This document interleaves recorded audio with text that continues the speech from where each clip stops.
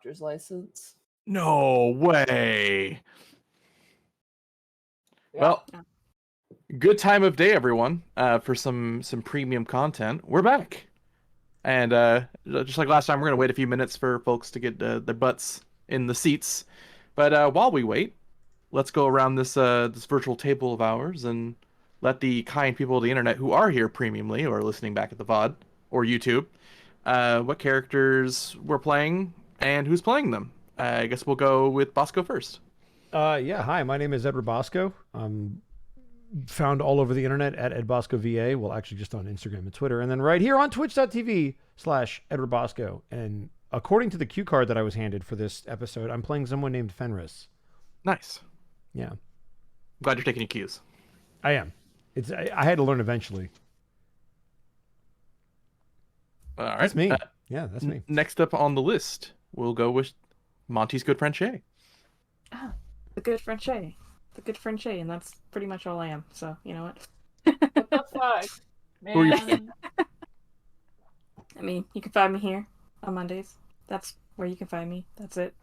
And Who are maybe you on playing? Thursdays on Monty's channel. Lady Serena. Dimitrescu? Yeah, that Lady one. D. Lady Fucking D? Pharaoh's new wife. Lady We D. told- Yeah, dude, Shay, you nailed it. We told Pharaoh about Yeah. Shay's character, and he made the most ungodly, like, Such a The good noises clip. he made. right? Is the noises Oh, he made was man. so funny. Oh, I'm so happy. Yep.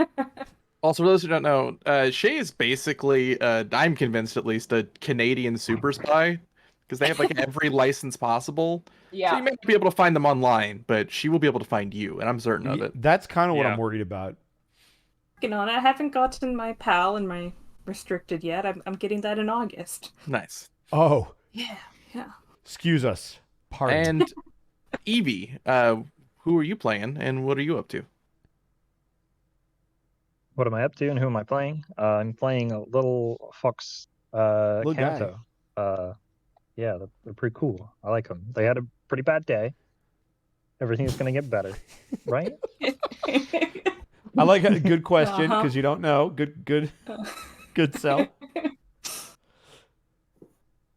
But you can't find me on the internet for this week because I'm on holiday. But come back next week and maybe me and Heartsea will stream Pokemon, or me and Bosco will stream Halo or something. I don't know. Yeah, Maybe. maybe. We'll see. Yeah, maybe. If you guys let me back into the call, yeah. All right, and Monty, who are you playing, and what are you up to? Hi, I'm Monty Glue.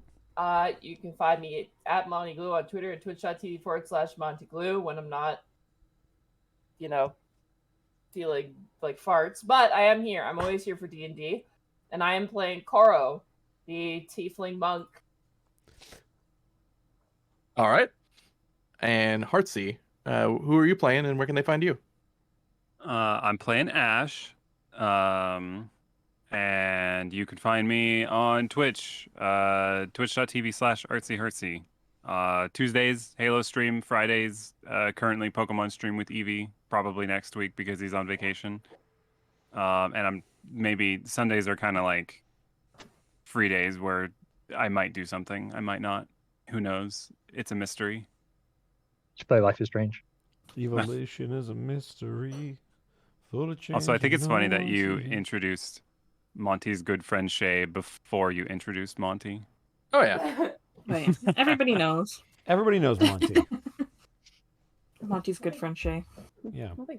Well, The people that whatever. they want, the person they want to meet is Monty's good friend Shay, but they know who It's Monty true. is. Yeah, fuck Monty. Clearly, right? Yeah, I agree. I She doesn't have a definitely didn't just go left from right in the Yeah, Discord call. That's not why.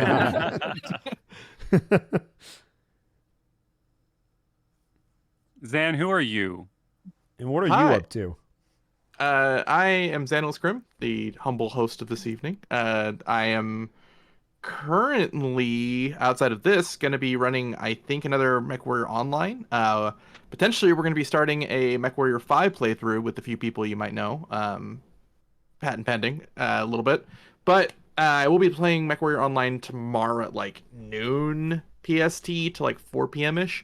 So hop in, chill out. It's usually a pretty fun, relaxed stream. I won't be, unfortunately, playing Halo everyone because Evie's on vacation and I'm doing the funny Barbenheimer double feature thing tomorrow. Oh, So nice. that'll be fun. Aside from that, you can find me, I guess Wednesday potentially, on Unexpectables with Monty and Bosco here. Yeah. Oh no, you're coming back. I know. And then Thursday, more Dungeons of the Mad Mage, with Monty as well as Evie and Shay here. Monty's good friend, and oh my God, we did escaped the punching of children, lava children specifically. So that they're not actual children. They just look like it, and it hurts. And I think where did we leave? Where did we end last session?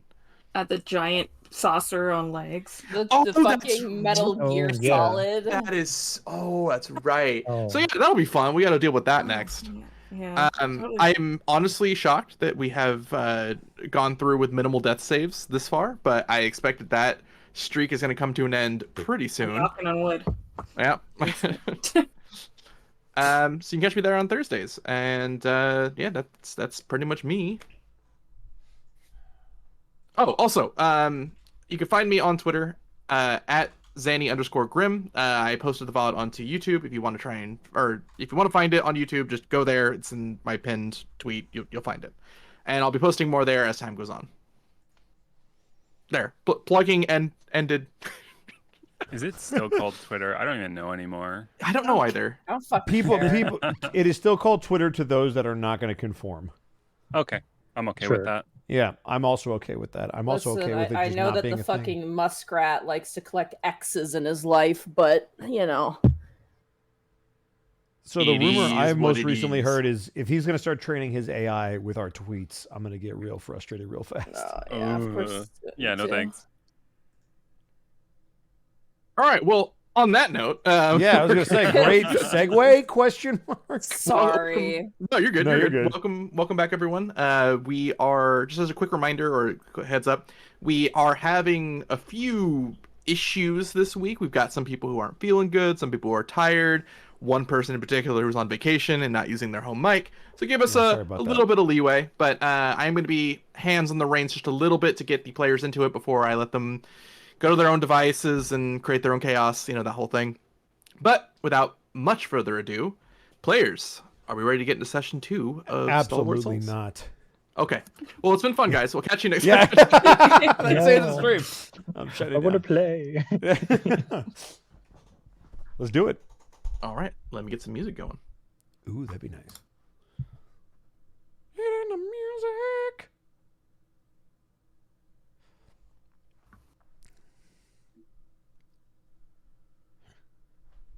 What began as a difficult morning for the young Volp folk named Kanato would result in an impossibly trying day. Immediately after the funeral of Kanato's late adopted father, Gishelet, a Maragon tax collector named Levazalek brought forward this horrible news that Kanato's home was to be repossessed unless 800 platinum pieces could be paid in full right then and there. Koro Evis, a friend since childhood, managed to negotiate a deal for a 3-week grace period instead, so that Kanato would be able to have time to potentially pay it, but under the agreement to investigate a strange happening in the Cups district on behalf of the fiendish tax collector.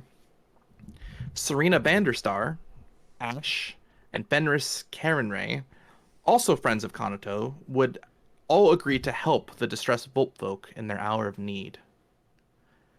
Upon investigating the Cups district, the group of friends would find an errant band of wandering undead, as well as seemingly a wounded and blinded floating skull wreathed in green flame. They were attacked upon their arrival, resulting in somewhat of a harrowing battle, but once the fighting was over, unfortunately a further distress was then found. A massive crater that was shunted into where the undead had focused, and at the center, a seemingly conscious bomb of anti-magic. The explosive device somehow connected and resonated with Kanato's visage, it would seem, or sight, using a strange magical eye that drew them in before it detonated, leaving anti-magic shards in Kanato's body.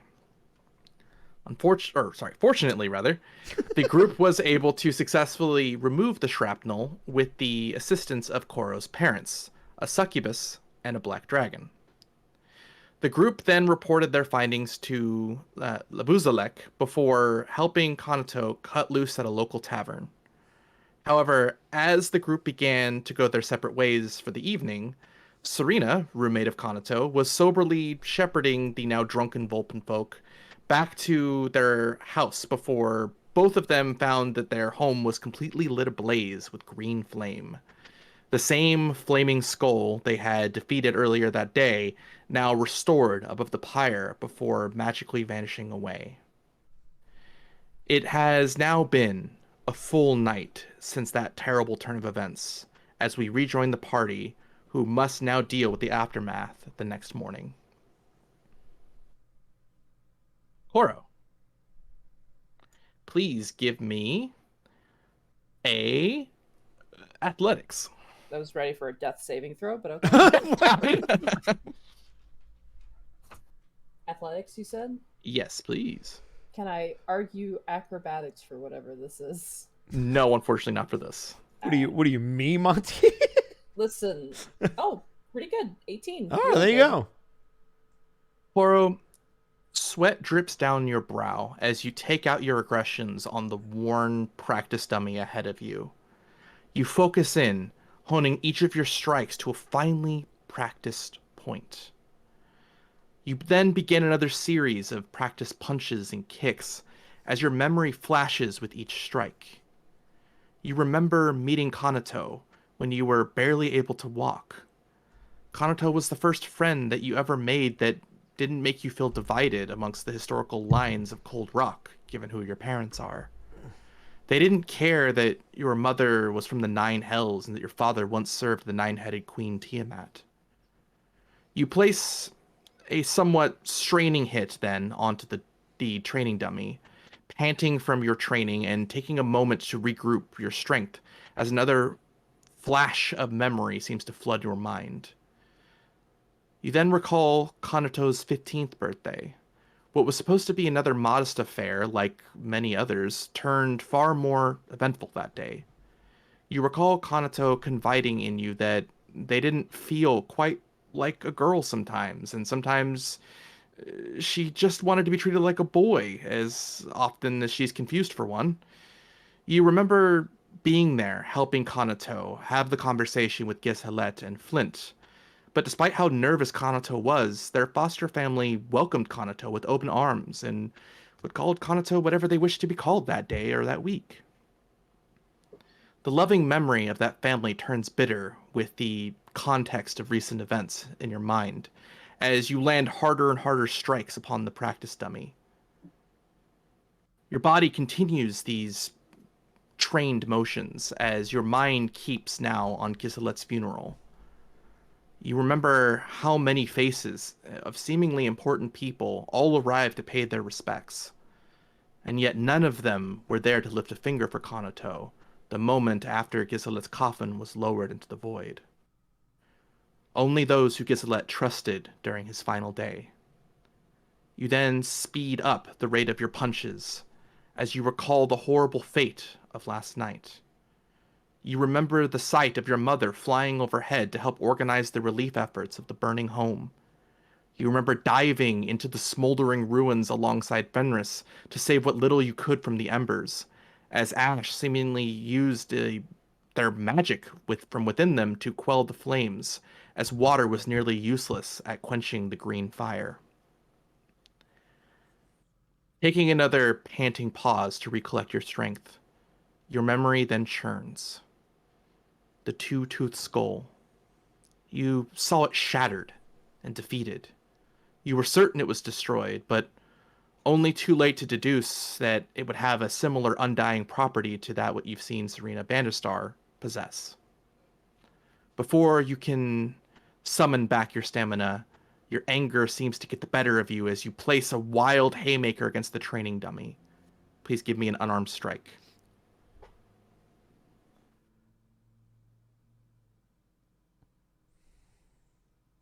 13. 13. You recoil a bit in pain as you smash into the training dummy with a huge blow that snaps the training dummy's stand in two as it falls to the ground. You then feel yourself panting heavily, seeing the makeshift beds of your friends that needed to sleep in the dojo here that last night, or rather this morning. Your vision then locks onto your mother. With your father covering your shift in the trash yard, I will need your assistance today, Koro. I suppose that makes sense. She kind of looks towards the training dummy. I know you are upset. I am angry as well. But we came here to Cold Rock to survive. And now that we have, and we have more than we need, we have to keep our strength up to help others survive. She kind of... Just... I'm just gonna, like, kick the center of the training dummy. It's just so unfair. I know, darling. I know. But still, I know beyond this, before this, and even perhaps during, you have been training for the Juniors League. It's been your obsession for months. And despite that, you've kept focused not only on your training for such an event, but instead for your friends, making time for them. The competition within the Pit of Blood that you have trained with your father alongside for many months now is, well, hopefully soon to pass. And yet still, you find energy for your friends. I am proud of you for that.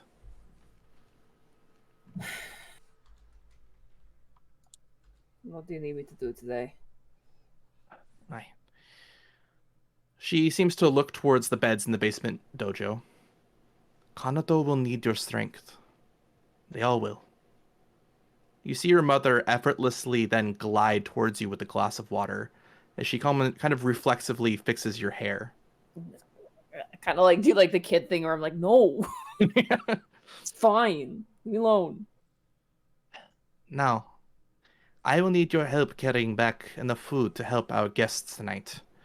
After that, we'll have to make more room for Kanato and Serena to stay here more long term. Luckily with Serena, I believe that we would only need vertical space. It is not just for sleeping, it is also for resting and feeling comfortable.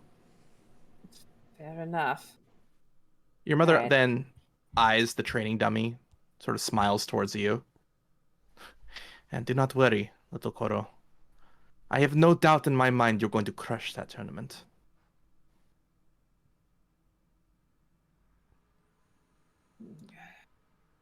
Now, do you need a few minutes to get ready, or shall we head to today's labors with your mother right away? I should probably go. The sooner the better, I believe. Taking a bit Stretch. more time to yourself for just a second, you ready your things before finally heading out with your mother for the day's tasks. We will pause you there. Ash, you slowly escort Serena through the wreckage of her former home. The neighboring houses within the Stairs district seems to almost mock the reflection of wealth in comparison to the now quelled ruins of Kanato's former abode. You seem to be looking around, Ash, as you help Serena locate her coffin that was positioned below the house before it was destroyed. You both have been digging now for hours in the morning, as you could tell that Serena is exhausted. After a long morning's tireless work, however, you help her find her sleeping coffin. She seems to switch from removing debris and instead starts to carefully dig out the artifact.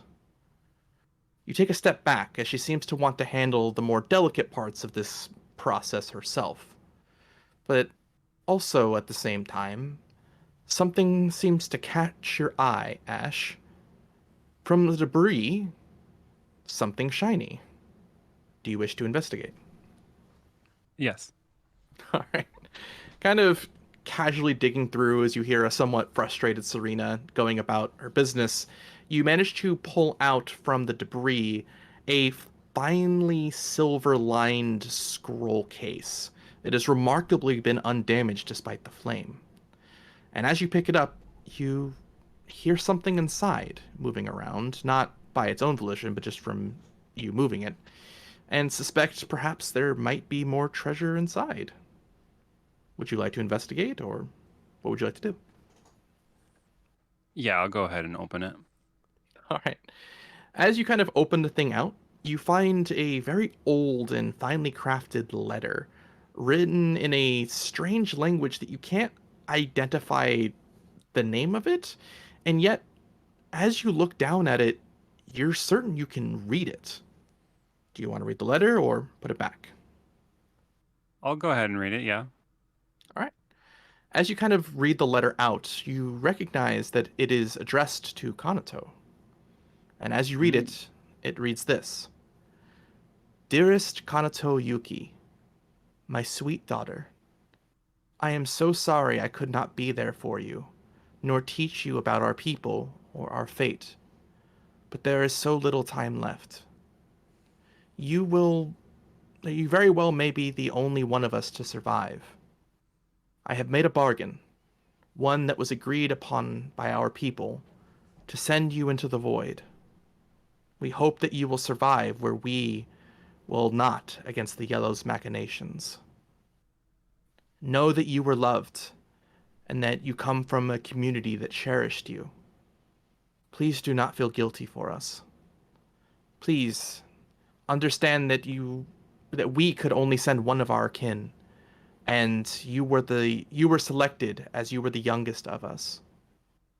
If you are reading this, if you are reading this and you are not my daughter, then I please beg you, take care of her. Give her the life that we could not. She is worth more than the riches of an entire world. Hopefully, these 2 magical scroll cases will provide some financial assistance.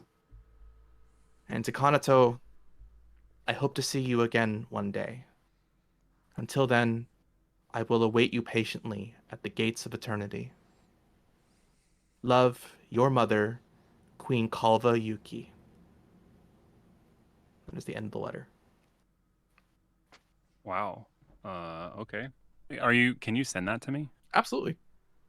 It said that there were Dead two family 2. scroll cases, right? It said there were 2 scroll cases, but you only find one. Can I investigate, see if I see another one anywhere? Absolutely. Please give me a perception. I'm sending it to you right now. There you go. Oh, oops. I forgot to change my thing, but I got a 5. Looking through, you've been digging for, like I said, a few hours with Serena. You haven't seen anything like this. Anything that didn't seem magically enchanted was destroyed in the fire. Okay. Well, I'll pocket the scroll case for now. As you do, you hear what sounds like a small cough to try and get your attention politely, as suddenly you see next to the rubble an older dragonborn in fine clothes that walks towards you. His scales are golden and are well cared for as he stands only a few inches shorter than Serena. Pardon me, but if I recall correctly, you are Kanato's friend, yes? Yes, I am. My name is Inri. I am a neighbor, or former neighbor, for now. If you could please deliver this to Kanato when you get the chance. The Dragonborn extends his hands and reveals a money pouch. Okay, I will take it from him. Unfortunately, the local community has been rather taxed with assisting the war effort against the Eternal Fleet. But I do hope that what little I could raise will assist the young Kanato. And as you take the bag, it's kind of loosely open. It seems to reveal a not insignificant amount of money. I will give you now. Oh wow. Okay. if you want to read it out for people just listening. 112 copper pieces, 43 silver pieces, 98 gold pieces, and 31 platinum pieces. Yep. Pocket that right now and begin your villain arc. I feel like Kanto has the villain arc at this point. This is the villain backstory. Ash will, gracefully take the bag and just say thank you. I'll see to it that this that Kanato receives this. Of course, it is the very least we can do. Henry seems to give you a nod, Ash, as he looks with some concern towards Serena and simply says, Miss Vanderstar, before kind of giving a parting nod to her as well, for slowly excusing himself. As you look towards the rubble and back towards Serena, the coffin is now fully exhumed. Serena, you are certain that normally you would be able to move this on your own with very little difficulty. But in your current state of now suffering from exhaustion by way of a sleepless night, you know that unfortunately you will need Ash's help to carry this back to Koro's home due to your weakened state. I am unable to lift this in my current state. Would you be able to assist me? Absolutely. It's times like this where we need to be helping each other out the most, right? Indeed. And with that, unfortunately, Serena, you are suffering from one level of exhaustion, as you cannot sleep. But nearly 20 minutes seem to go by as both Serena and Ash carry this massive, oversized, significantly damaged and burned coffin through the stairs. Hundreds of curious eyes seem to look towards both of you, as Serena, exhausted as you are, please give me an honor saving throw. And for those who do not know, we are playing with honor and sanity from the optional ability scores in Dungeon Master's Guide, and we're going to be testing them out this campaign to see how we like them and how we deal with them. 13. 13. Okay. You look across the way, seeing these eyes look back towards you with suspicion and fear. A number of sneers look towards you and Ash as people are slowly moving out of... They are slow to move out of your way as you're kind of carrying this coffin.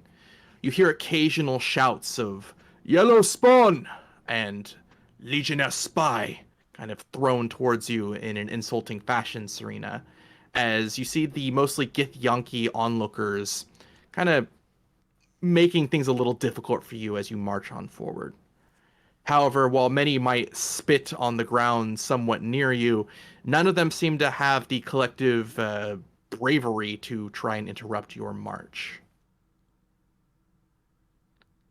And as the morning sigil shines from the roof of Cold Rock, you see the magically false sunlight reveal a carved symbol on top of the coffin that seems to give what little people continue to look towards the coffin rather than you, Serena, a bit of a worried expression.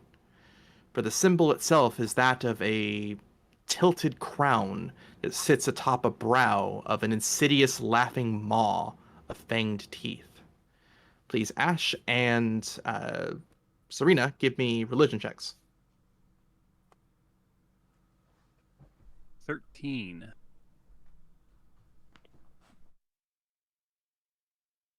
13 as well. Also 13. Okay. Lots of 13s. You both somewhat know the image, at least the likeness of it, as belonging to a god called Erythnol.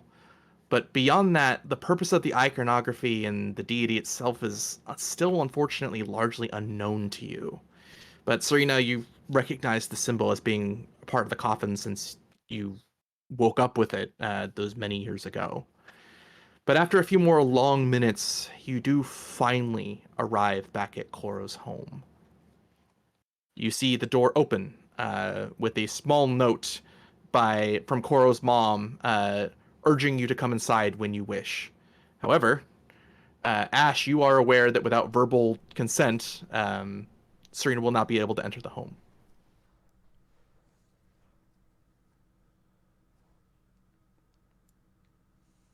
Artsy? Sorry, could you repeat a little bit of that?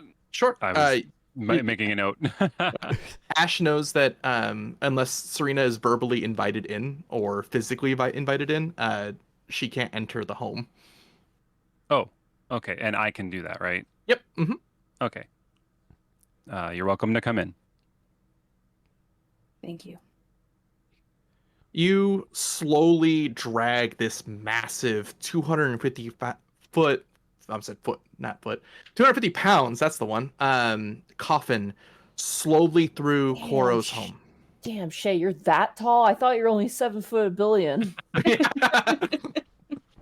But you slowly, with Ash's help, manage to get the coffin into Koro's home, downstairs into the sort of training dojo, before finally taking a few moments to finally, well, recover from the morning. And we will pause you there. Kanato, you writhe in discomfort as flashes of that strange obsidian eye that you found on that explosive test your mental constitution. Please give me a sanity saving throw. Oh boy. Can't wait for this to be a natural one. Natural 20! Oh. Holy crap. I'm sorry, you were saying, bitch? Wow. You feel these violent images of the explosion try to overtake your mind and oppress your feelings and your constitution mentally, but you manage to push them aside and think about something a bit more pleasant. Those friends who were there to keep you, well, alive and recovered as soon as they possibly could. You think about Koro's parents very quickly moving to act and assist you, and your friends asking for no payment of the sort to help you during that entire ordeal. But despite these pleasant memories, this insidious eye still vexes you. You recall in the short time that you looked at it that it seemed to scan your thoughts, almost as though you were powerless to shield your mind from whatever that was. The memory of your burning home then jolts you upward from your resting cot. There, with your eyes open now, you see the inside of the Temple of Moradin, as a well-tailored and trimmed dwarven doctor seems to quickly move towards you with a cool, damp cloth, and they place it onto your forehead. He smiles with a warmly calming demeanor. Apologies. You're likely to suffer from anti-magic scarring for a little while longer, you hear from the dwarf. My name is Cormal Rockchin. I help Hold the flannel like over my face. Sure. My name is Cormal Rockchin. I help my husband run this temple. And in case your memory is somewhat challenged, your Korshani friend brought you here for us to look at over your wounds. Korma then takes a seat, kind of next to the treatment bed that you're laying in, Kanato. If you have any questions, I'm sure this is a lot. I'm here to answer. I don't know. This is a lot for one person for like 2 days. I can't even imagine. Well, I'm not quite great at healing people's minds, as it were, but I can at least tell you what physically you've gone through. Sure, that's a start. The War of the Yellow, the war against the Eternal Fleets, they used anti-magic scarring or runes of some type to create phantom pains for magical casters, typically referred to now as the frigid drought. Most of the time, if you treat the effects right away, the effects of such a drought only last a few hours. But if not treated properly, it can last for months or even years. But on top of that, I noticed there's a strange signature left through the arcane when someone is divined against their will. It looks as though there was some lingering effects of a detect thought spell, but I managed to dispel it before it managed to remain on. I don't know exactly what you saw, but whatever it was, I'd say you should probably avoid it for the sake of not being cursed again. Yeah, I see. The thing is, when I saw it, I kind of instantly didn't really have control anymore. So if I see it again, it'll probably happen again. You didn't have any control of yourself. And it was like a eye. It was like, I don't know. I just wanted to go to it. You see the doctor kind of stroke his bearded chin for a moment. I can't say I've heard anything like that before. I've treated many wounds from the damage done from that eternal fleet, and I've never heard any stories of people walking towards these things. Maybe it had something to do with this rune. The obsidian, I assume it looked like what would be a good term? Almost like a dagger or some sort of cylindrical shape. Was there anything else on it? Did it look any different? Yeah, I don't. It's fuzzy. I don't fully remember. I'm sorry. No, it's all right. I purely asked to try and find ways to help. All I really remember is it's just like an eye, and it was like piercing me. And your friend over there, he told us about as much, but I want to get a current from you. Still, I understand you've gone through more than any one person should, especially in one day. So, again, my condolences for your loss, and I'm sorry this happened to you. Giselet officiated my husband and I's wedding some decades ago. We don't have much these days, but we'll offer any help that we can. We'll gladly give it to you. Well, I mean, if you think my magic's gonna be okay, I mean, that's a good start. I trusted. I'm sorry. It's just. I think I need to be alone for a minute. Of course. You see the doctor kind of give you a nod, place a fresh glass of water next to you on kind of like a nightstand. As Kanato, you see across the temple one of your friends, likely the one who brought you here, Fenris, speaking to another dwarven man. Fenris, this particular temple of Morden is the reason why you arrived here in Cold Rock all those many years ago. You knew that if anyone could help treat any long-term effects of the frigid drought, it would be the Rockchins who helped you as best they could. They helped you recover your body as much as your body would allow, yet still the obsidian chains that find themselves in your body have been sealed away in you for so long that the painfully cold effects of the drought affect you to this day. You're happy, at the very least, that Kanato will not have to suffer from such an effect. And in this moment, Fenris, you look towards Pulver Rockchin, lead enchanting smithy of the Temple of Moradin, and you can't help but see that the once thriving and bustling church seems to be in a much more sorry state, as the dwarven district indeed it is in the center of seems in a constant state of unease and unrest. Your thoughts then, Fenris, become interrupted by a gruff grunt from Pulver, as you realize that you seem to have faded away from the conversation in the moment, and you hear aloud, "Oh, am I boring you?" No. It's been a very long day. I'm sure it has, but like I said, I've never heard of a moving eye on the Voidmaker bombs before. In truth, I kind of hope the Eternal Fleet was done using those since the Yellow's defeat, considering we haven't heard any reports of them being used since the war ended. Well, either they're remnants or they're still using them. That is concerning. I'd imagine, what with the turmoil of Cos V now, you wouldn't just bring the kid back to your home world and figure out what they might know. I feel as though if I were to bring anyone home, that would cause more problems than we currently have. Besides, this is his home. You see the curious brow of Pulver Rockchin kind of look towards you somewhat confused.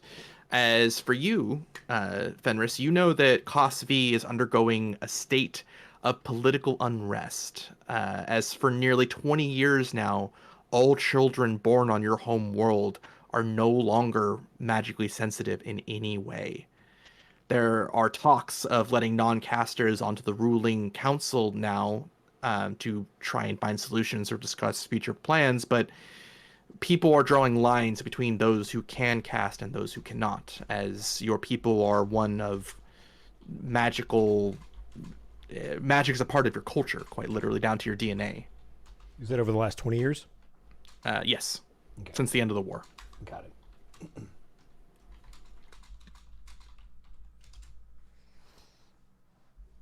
Does he look like he doesn't know this, and that's why Yes. he was surprised by the response? Correct. Got it. There are many things going on my homeworld that would make this very complicated. Like what? Well, for example, for about the last 2 decades, no one born on my homeworld has been able to cast even a single spell. Not divine, not arcane, nothing. I see. That's important to your people from what I recall. But, I mean, you can't cast any magic, and you seem to be doing okay. Just because I cannot does not mean it's not a problem that no one else now can seem to either. I see. Well, sorry to hear that, lad. Yes. We'll do what we can for Konato, of course, as he seems to be interrupted as both of you hear a large wooden box falling over across the street from where you are. As Fenris, you see what seems to be another dwarven family, since you've been here, seemingly packing up their belongings as though they're trying to move out. This seems to be the third spectacle of this instance happening since you arrived here with Konato. Pulver, am I missing something, or is a mass exodus starting to happen? Well, we're going to stay here no matter what, but a lot of my people are concerned. As you know, Karnesh is already older than any orc ever recorded, at least here on Cold Rock. And many fear he will simply fall over and die soon, leaving the question of the future leadership of Cold Rock in just about everyone's minds. Fortunately, when Gizelet faded, I think that question became all but shouted in the streets. Of course, none of that will matter if someone challenges him to leadership and puts up a fight and he loses that fight, and it's nothing I think we have to worry about. I don't think the orcs would ever believe that Kornesh would lose a fight, but there is still the question of when he goes, who will next succeed him.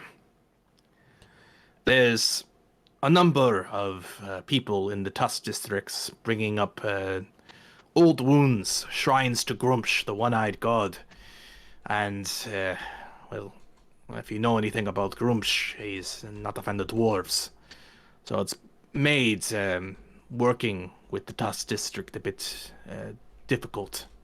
And many of my people don't want to stay here anymore because of it. And you don't think the Admiral has any kind of secession plan? I wouldn't know.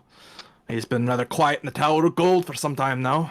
And when he arrived at Gizelet's funeral, it's the first time many of us had seen him in weeks, from my understanding. But all I can do is help those who would want to leave Cold Rock towards wherever they wish to go.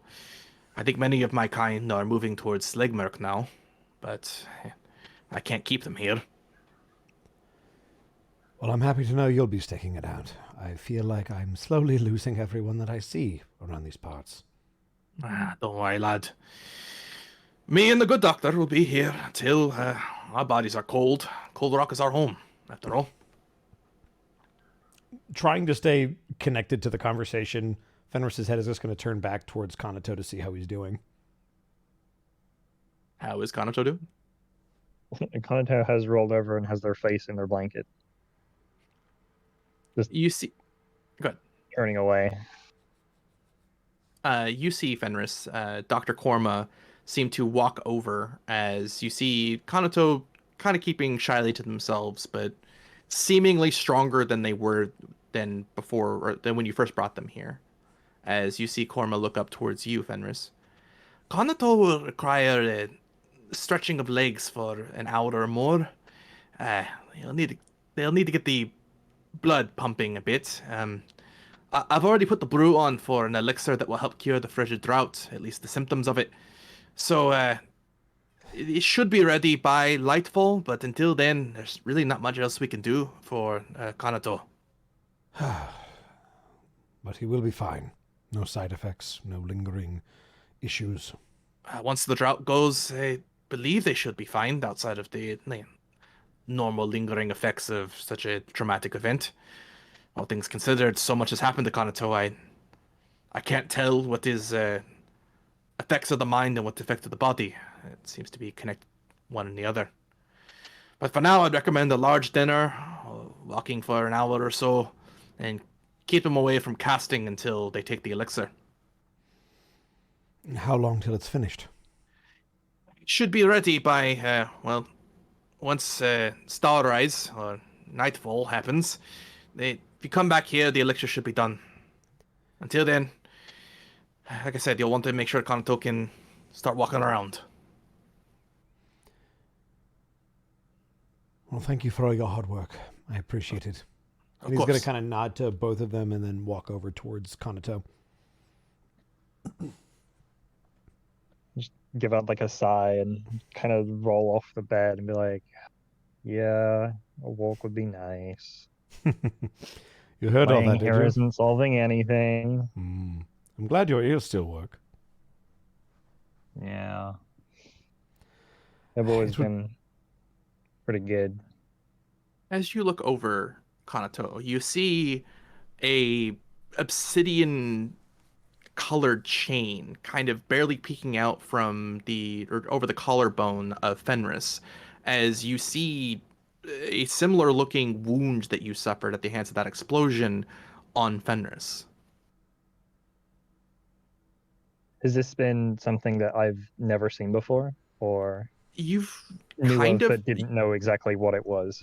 It's like a friend's scar or burn mark. You don't really want to ask about it, but now that you've also suffered it, Okay. you have a bit more context to it.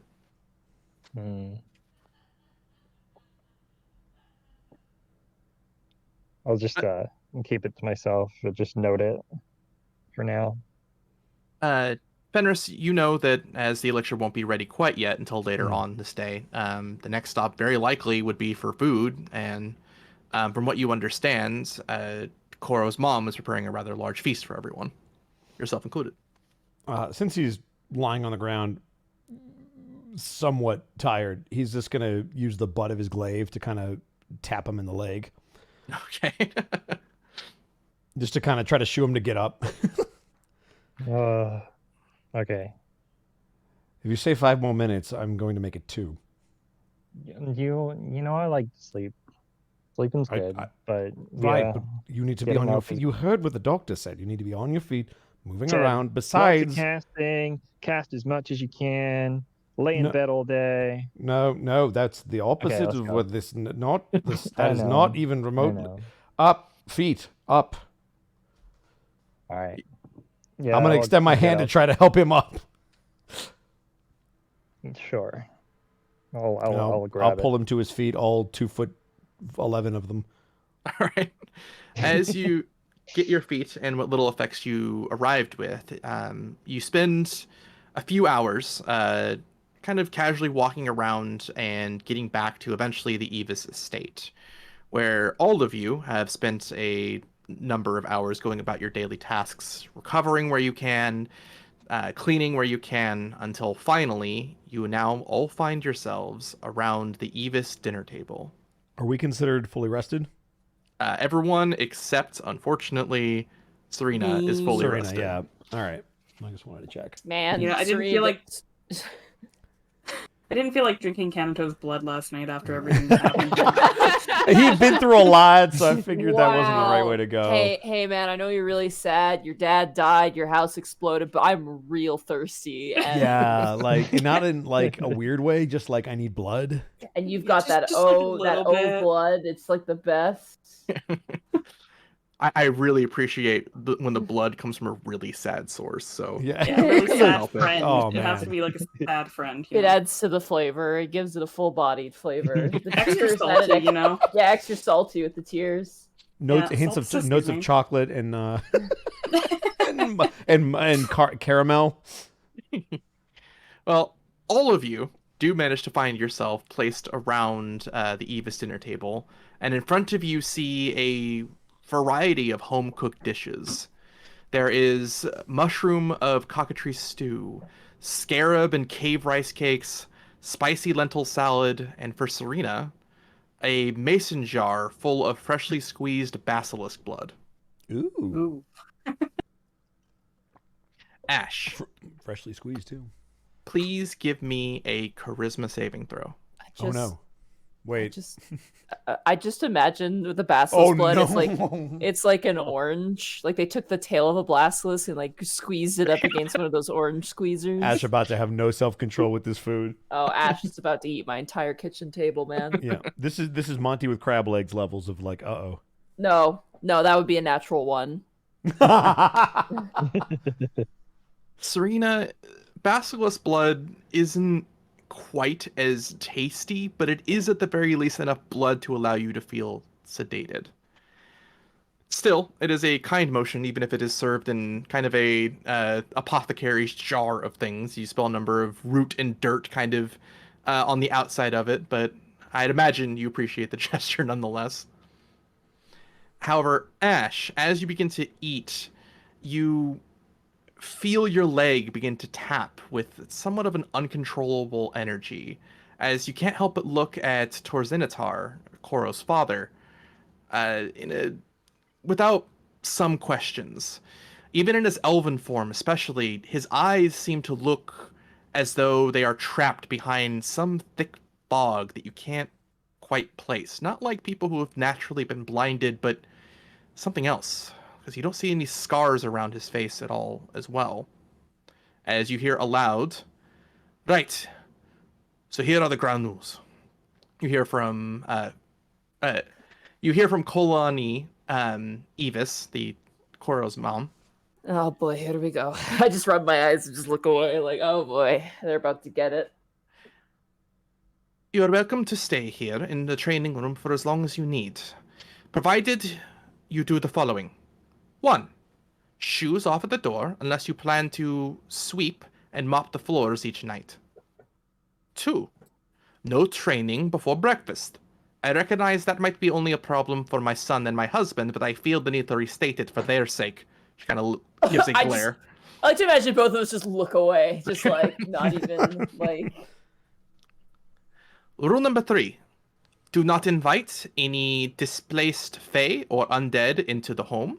Present company excluded, of course. 4. If you see trash, take it out. If you have dishes, clean them. If you hear the door, answer it. And lastly, do not drink any of my potions without asking. There are many practice elixirs that I use for balancing final products, and I can't guarantee that if you drink them, they will all be safe. And the labels are in Infernal, shorthand, of course. So just avoid them if you can.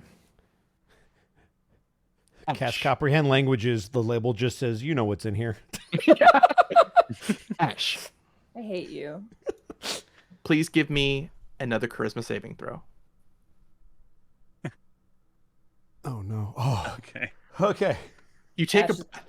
Ash is about to Minecraft eat all over this place. We're gonna blink and the food will be gone.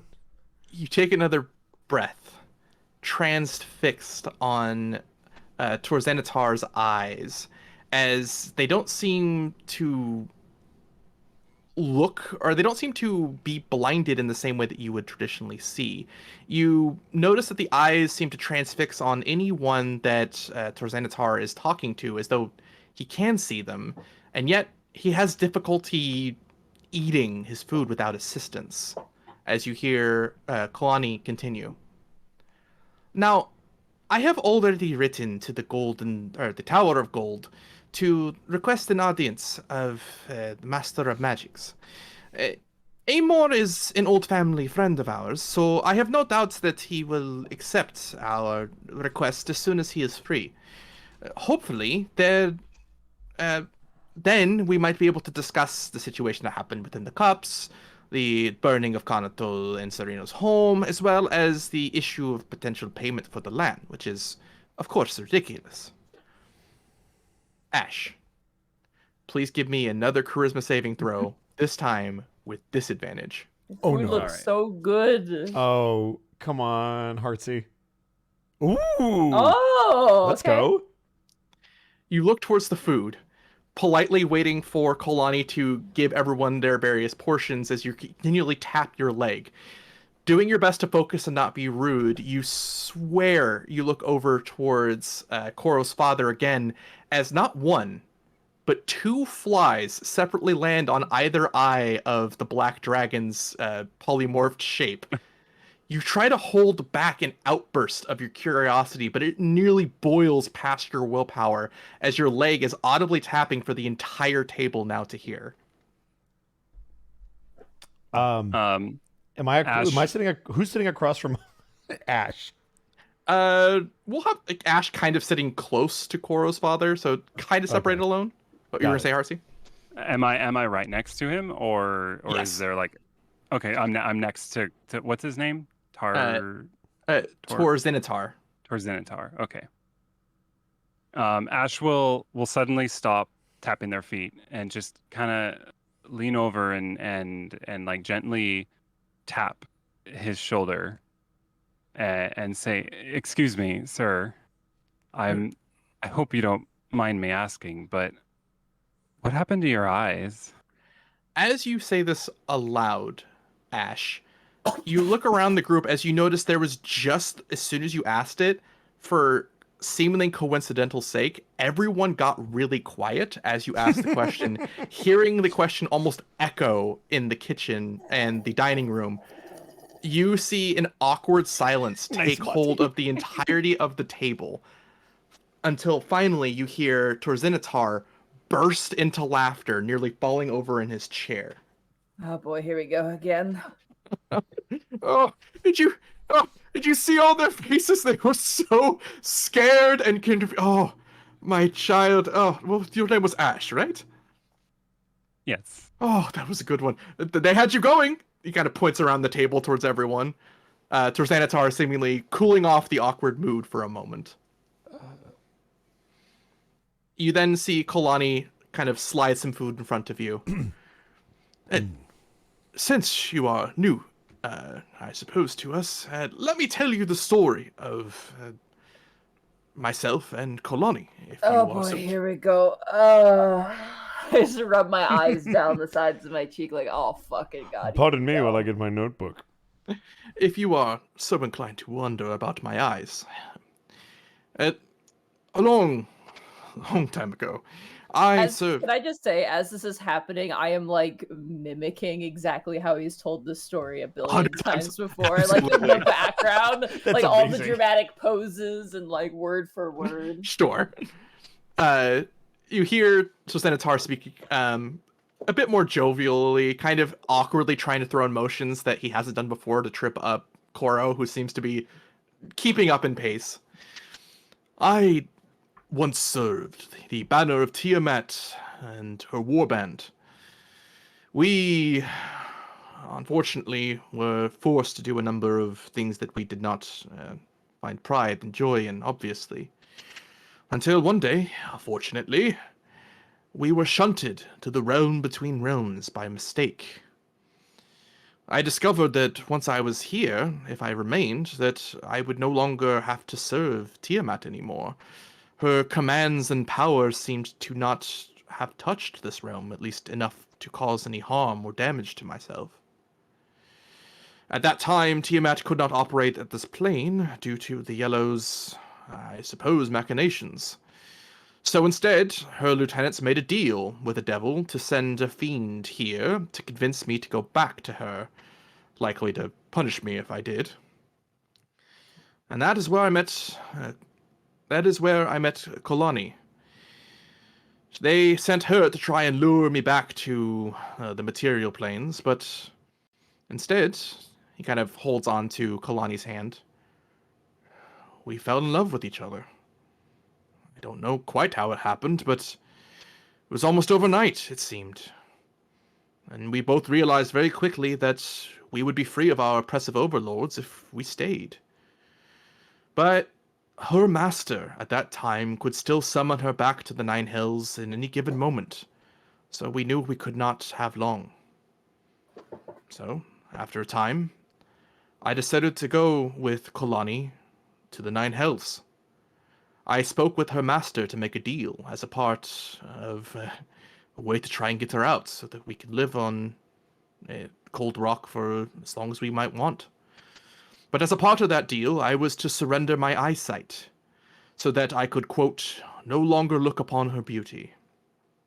The devil thought himself quite clever for that, saying it as though it was a joke that I would decline, obviously. I didn't hesitate. We've been living here ever since. Shortly after that, we got married and made a new last name for ourselves before having Koro. So, you see, my eyes are not blinded by any war wounds nor age. I am not that old. But they are locked away. Some device for fiends within the Nine Hells, but none of that matters to me. I can still sense where people are, and I love my family and the life we've made here.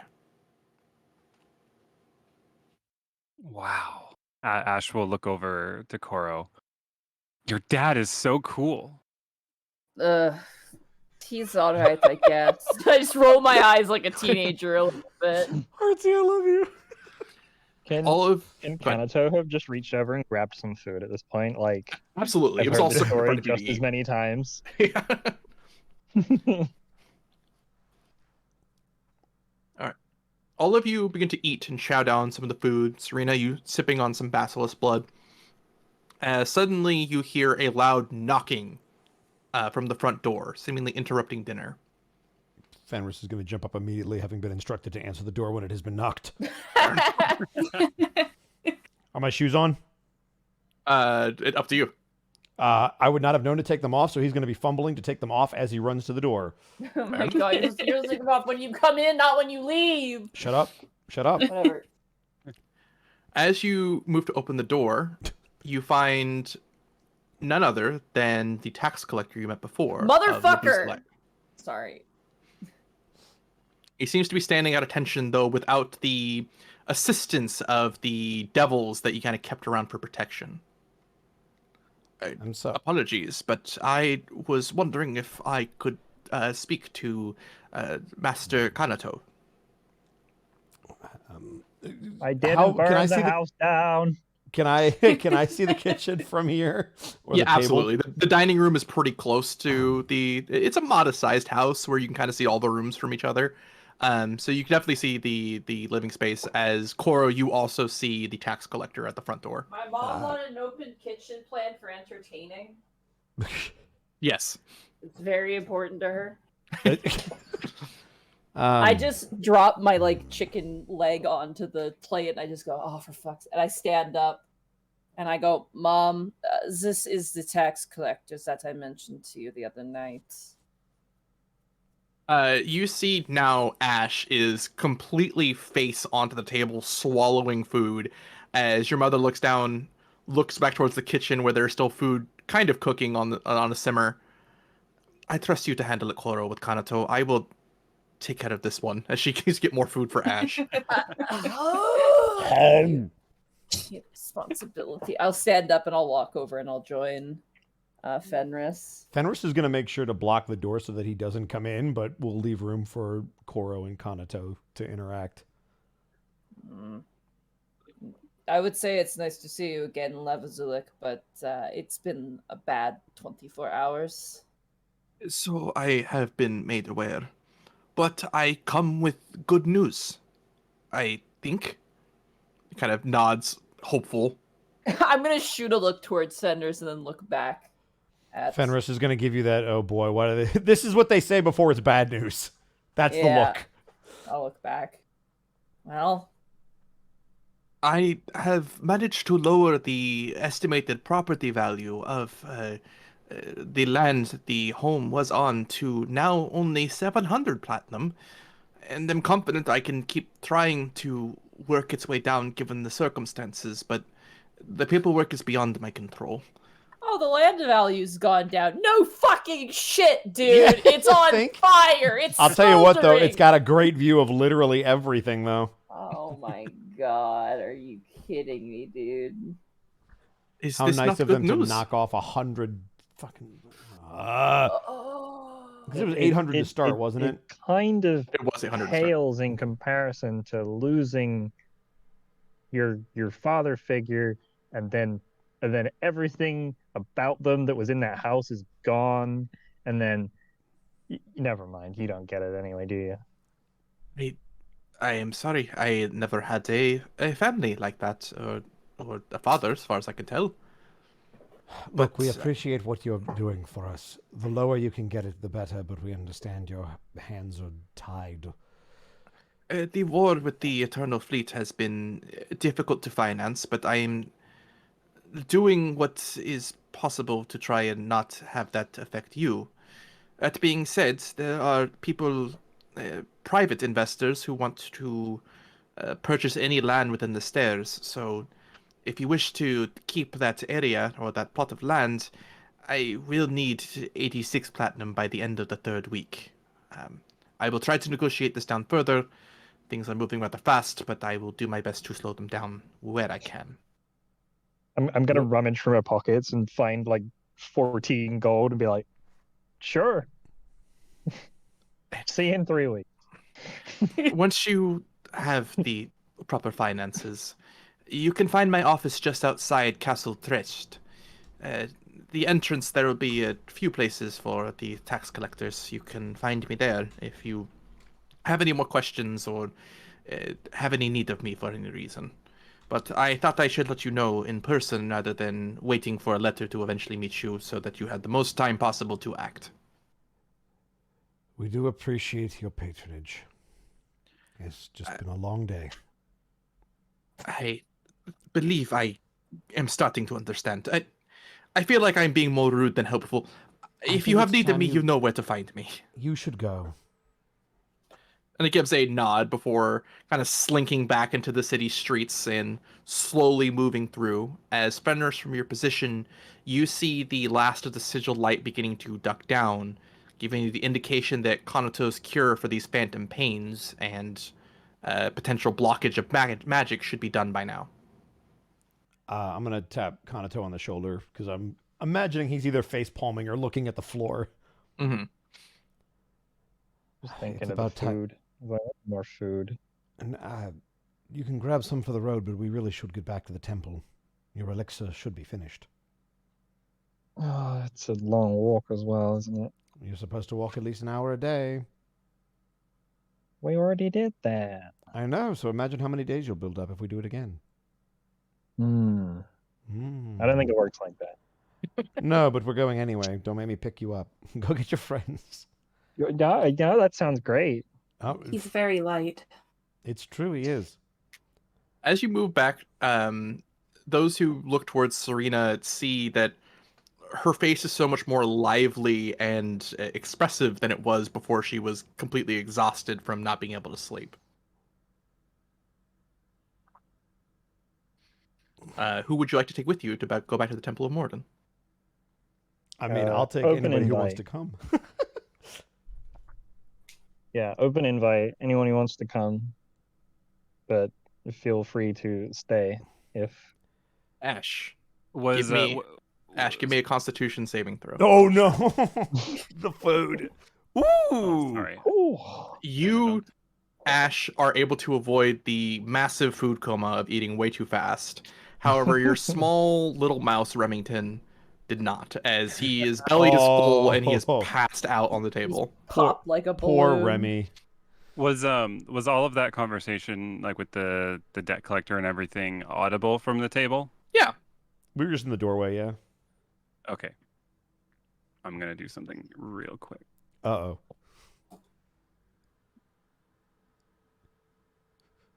Heartsy, why? Ash, having satisfactorily, if that's even a word, eaten, will come over and just say, "Hey guys, what was that about?"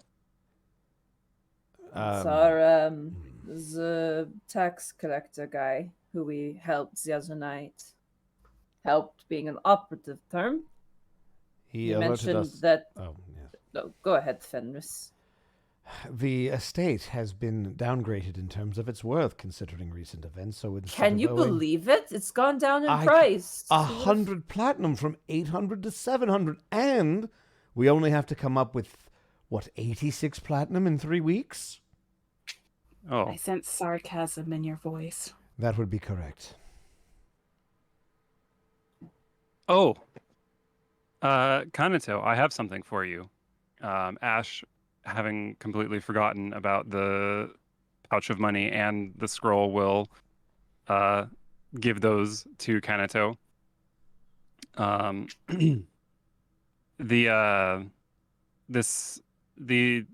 Sorry, I'm fumbling. What was his name? Inri, your neighbor, asked me to give you this pouch. Oh, Dragonborn fellow. Yeah. And I found this scroll case in the rubble. I think you might want to take a look at that a little bit later. Okay. It's in, Heartsy, will you Hmm? will you let me insight your character when you give him the scroll? Sure. I just wanted to see if it's bad news or good news. Mhm. All right. Let's see. Insight. Wha-pam! 14.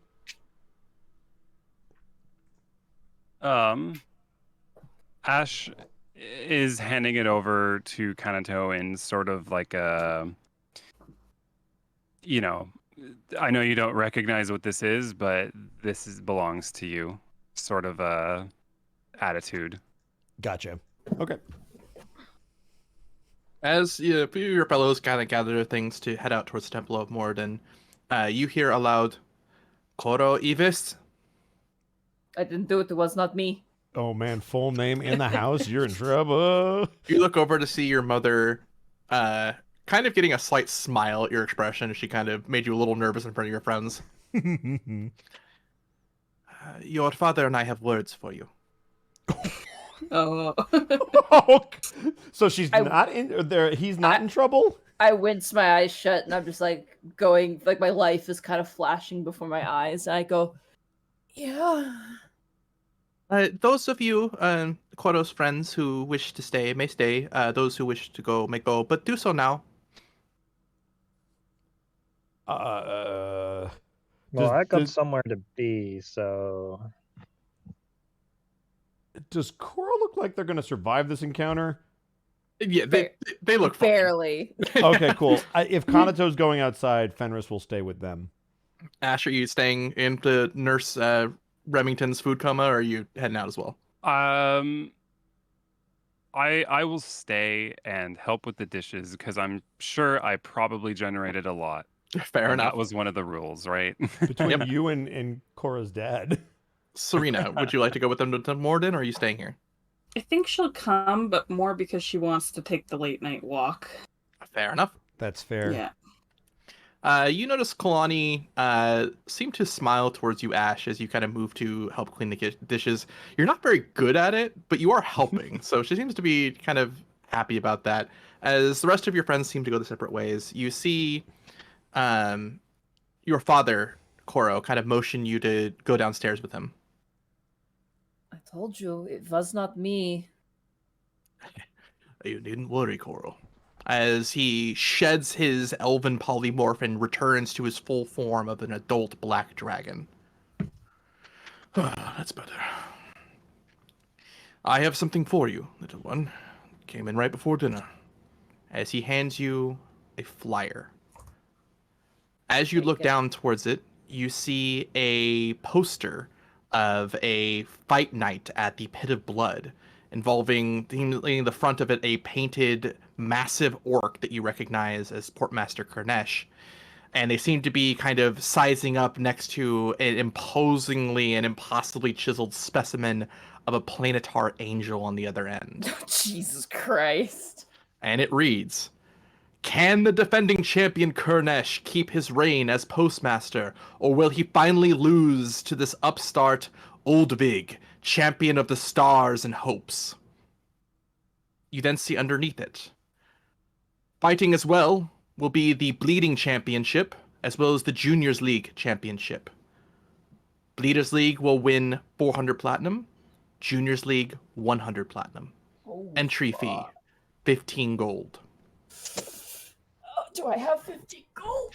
As you kind of look towards that, somewhat mixture of excited and nervous, you see your father hand you a coin pouch of 15 gold. I'll clap it in my hand. You've trained for this, son. You're going to do well. Once you take juniors, you'll then be able to go to bleeding. Oh man. If I get the money, then Kuroto does not have to worry about anything. You see him kind of smile. I'm glad we have raised you well. What? Nothing. You see a little tear kind of well up in his eye. Now, the spots, if it's anything like last year, are going to be limited. So you might want to go there as soon as possible to fly a I'm already running. I'm just running immediately. All right, fair enough. So as you begin to gather your things, I'm assuming putting on your shoes, you see your mother. I don't have shoes. Oh, right. Just gathering your effects. You see your mother kind of nod towards you and smile as you rush out the door towards the Pit of Blood where you know the sign-in would be. Oh, well, no, I'm going to grab my friends first. The only friend here is Ash. Everyone else went with Oh, I was going to gather everybody, but okay. I don't want a solo fight. Above board, I don't want to do a solo fight thing. I want everybody to be involved if we're going to fight somewhere. Fortunately, the Pit of Blood is not very far from your home, and you know this is just the sign-in, so you wouldn't be fighting right now. This is just... I'm gonna sign up everybody without their consent. Oh my gosh. If all of us enter, we have 5 times the chances. Yeah. Do you want to take... Do you want to take Ash? Do you want to wait for your friends to come back and possibly lose your spot? Or I'm grabbing Ash by like the arm and I'm dragging Ash out. I've got like a little apron or something. I'm just in the middle of dishes, and you grab me, and the dishes are just floating in the air. We're gone. Yeah. The bromance begins. All right. Listen, I need you to sign some paperwork with me, please. Don't ask any questions. Don't ask any questions yet. Just do it. Isn't This this isn't how you another get 700 debt platinum in collecting debt? thing, is it? For us, we're the ones that will be collecting a debt owed to us. Okay. As you rush out the door, we will pause you there for a moment. As Fenris, Kanato, as well as Serena, you begin to walk through the Banner Hands district towards the Temple of Moradin. A walk that Kanato as well as Fenris has done many times, but Serena, you're seeing this place with different eyes now, as you're not as you're more adventurous now that you don't necessarily have an immediate home in the stairs to stay towards. Looking towards the Banner Hands, you notice what looks like a massive mixture of archaeology and culture. What started as initially a pirate port has turned into a bustling town of people who have found a way to survive whatever ills that they left behind. You continue to walk through as Serena, you notice what looks like a massive amount of coal and iron as well as wood is being moved from the Tusk district towards the Temple of Moradin, where people seemingly fix and repair and assist with the craft of shipwrighting, where you assume many of these ships land to dock to get to Cold Rock and back. You look over as you see what appears to be a rather large open plaza of the Temple of Moradin, a place that you haven't necessarily gone to too often, Serena, as places that often espout radiant and holy vibes tend to repel you.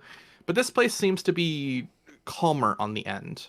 That being said, you do see what looks to be a significant number of dwarves in this more dwarven district have already moved out.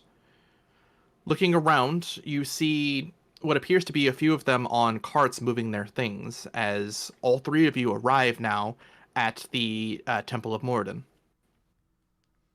So do you think this is Fenris. going to taste gross? Sorry, say again, Evie. I didn't mean to talk over you. Do you think this potion's going to taste gross? Oh boy, above games, and have I had any potions from this temple before? Yes, it does depend on how expedient they needed it to be. If it's a very raw potion, it won't taste very good. If they manage to have some time to mess with it, then it'll taste pretty good. Well, they did take most of the day to work on it, so consider on a scale of, let's say, 1 to 10, maybe a 5. Okay. As you look over, you see Pulver working on seemingly some nails to put into boxes for people to use, probably what they're moving. But you see the doctor, Korma Rockchin, kind of sitting at a desk with what appears to be a small box, seemingly reading something, as he doesn't seem to notice your approach. Can we get his attention? Absolutely. You know, he's the kind of person you just walk up to and talk to if you wished. I will lead the group up then. Oh, good to see you. The elixir is finished, as he kind of hands it to you. I will give it to Kanato. You notice that it seems to have been spiced with a little bit of warm mead. Oh, well, you see that, Kanato? Give them a little extra time, and they spiked it for you.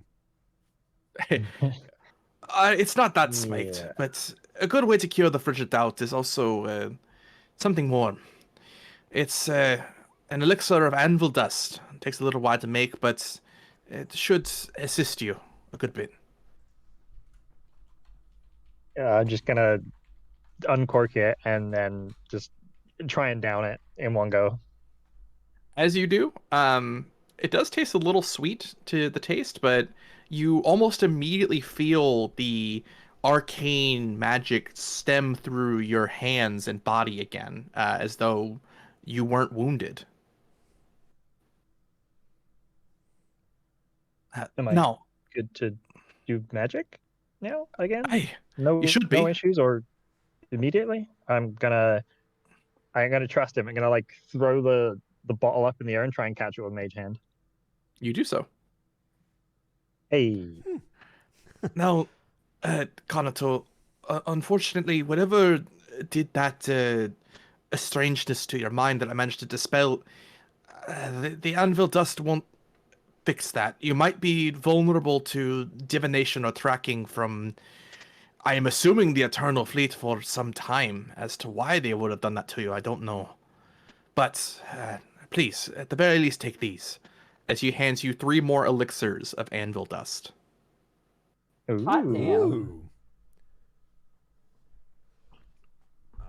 I need to go to my sheet. Do we each want to take one, or do we want to let Kanato have all of them? How do we want to divvy these up? For now, since you gave them to me, I'll take all 3, but we can probably divvy them up like at some point. Got it. I'm going to mark it down that you have it then. Elixir of anvil dust. Yes. 3, 4, And they D. do they weigh anything, or are they like weightless?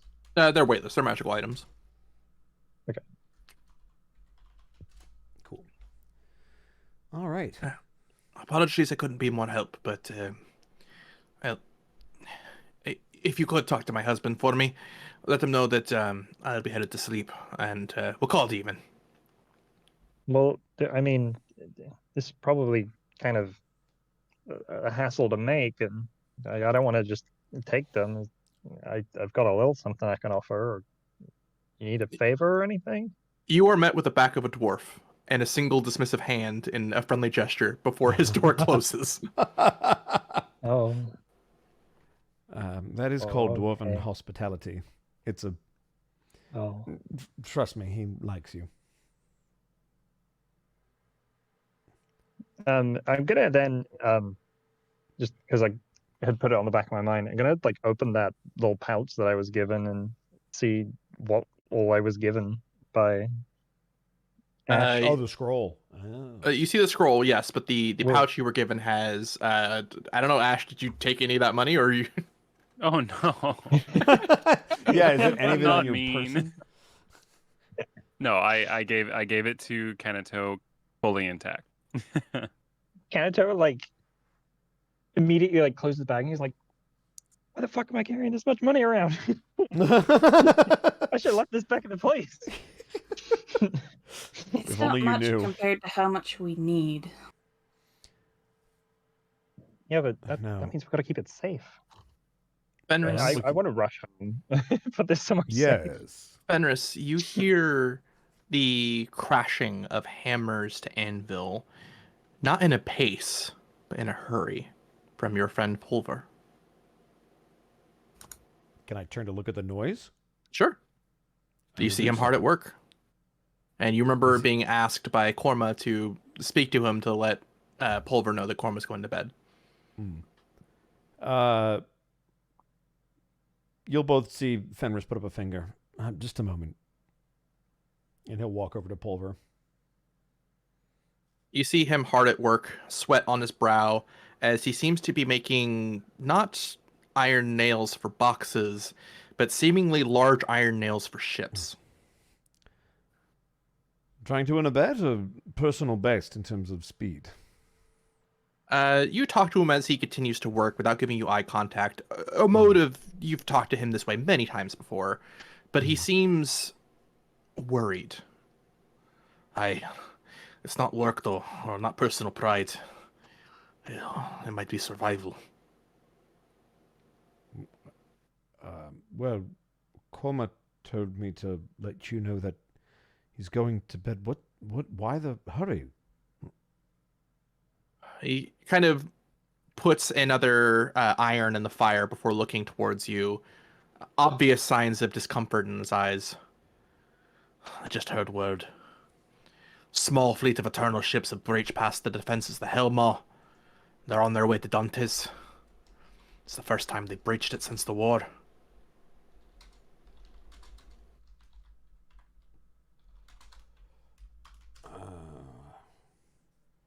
Fenris's face visibly to Pulver is going to just sink as he understands the gravity of what that means. You both kind of share a silent acknowledgement before he takes another swig of dwarven brandy and starts to go back to work. I'll leave you Now be. you- If there's anything I can do to help, please don't hesitate to ask. If you hear anything else, let me know. I don't know how old this news is. I'll keep my ears to the ground. And he will walk away.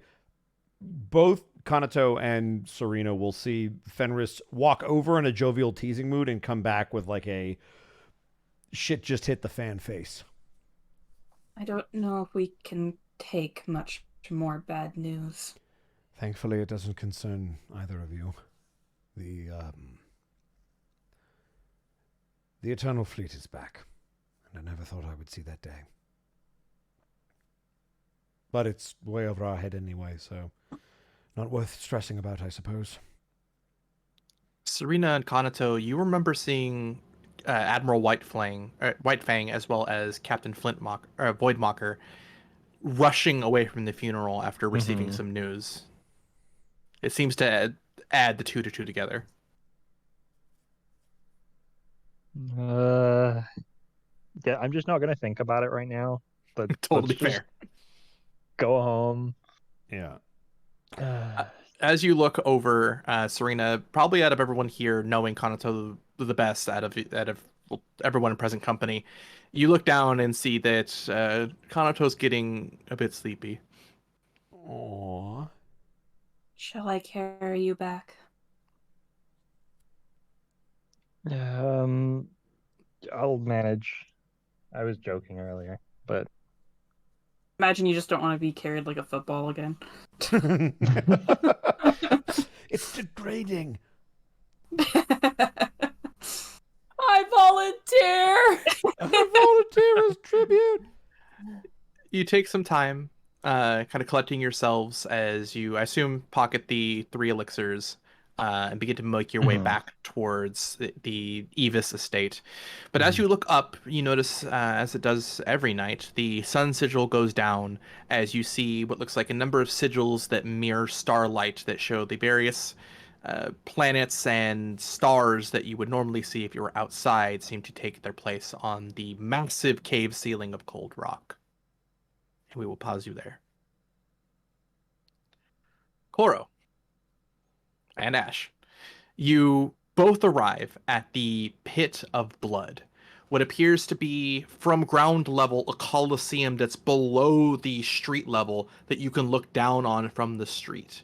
At its center, a small labyrinth of bars and walls that are designed for separate combats at the same time, if so chose. Koro, you being from here, know that the Pit of Blood has been somewhat reclaimed, as it once was used for really brutal tests of combat between pirates and their crews and quite literally indentured servants, has now become a place of sport, often only used when there is a challenge to the portmaster's authority. Or, in this case, a junior or bleeding league tournament that seems to be Funny happening at the same time. tournament. Both of you see what looks like a few tents outside, with a line wrapped around the bleeding tent and what looks like a line dying down in front of the junior's tent. I am going to turn to Ash and I'm going to look and I go, okay, Ash, I have a question for you. Sure, what's up? Who's got 2 fists and no impulse control? Ash is gonna pause for a while, like really thinking this one over. Are you talking about me? No, I'm not talking. I'm talking about me. I'm gonna sign us up for the Bleeding Pits so we can get money for, Kurato. What's great too is all of us are clearly stressed out, and so we can go and fight and removes the stress ourselves. Ash will pause again and think for a moment. Yeah, okay. Okay, I like You in? where you're going. Are you in? I mean, let's be honest here, all right? Fenris looks very well armed, probably really good practice from Kanado could use a fucking break from life and Mhm. punching. So I whenever I'm stressed out, punching something is always just the best, really. You need to work off the food that you just ate, and I've been wanting to do this for a while, apparently. And I'm gonna be perfectly honest with you. The moment Serena hits the fucking field, the audience is gonna go nuts. Oh, I'm sure they will. So Let's do it. Let's do it. Let's not ask, let's just do it. Let's go. And I'm gonna rush up. As you rush up towards the tent, you see a rather rotund-looking spined devil, with a small pair of glasses sitting on top of a table, kind of counting some coins and marking down a ledger. How's it going, cousin? As I schmoozy on up there. You're the Evis boy, right? I'm the Evis boy, thank you, yes. 15 gold. We have 5. That would be 5 times 15 then. I have 10 gold. Also, as a reminder, no spells are allowed to be cast and no weapons allowed to be used for the Juniors League. Fists only. This might be a bust. Then I don't want to do this without the entire party being involved. Then. Oh no, don't worry. There are very few people who have managed to sign up anyways. Most people want to watch the Admiral instead of watching Juniors League. It looks like we only have one other signature for the 1-versus-1 bout for the Juniors League. At least one contender, at least. As you look over where the Spine Devil points, you see in front of, or kind of off to the side, a Dragonborn figure with their foot kind of up on a fountain, almost as though they're waiting for you to look at them. As you see, Koro, your rival, your nemesis for so long, Arzelius, the Electrum Dragonborn. Oh! You see that Arzelius's name is also written on the ledger. Oh, I see. Okay. Monty beat his ass. Monty I beat mean, his we- ass. I don't want to separate the group. I want to do stuff together as a big group. Oh, we gonna be in the stands, but you need to beat his ass.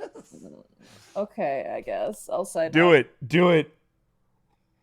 You see Arzelius walk up towards you. Huh.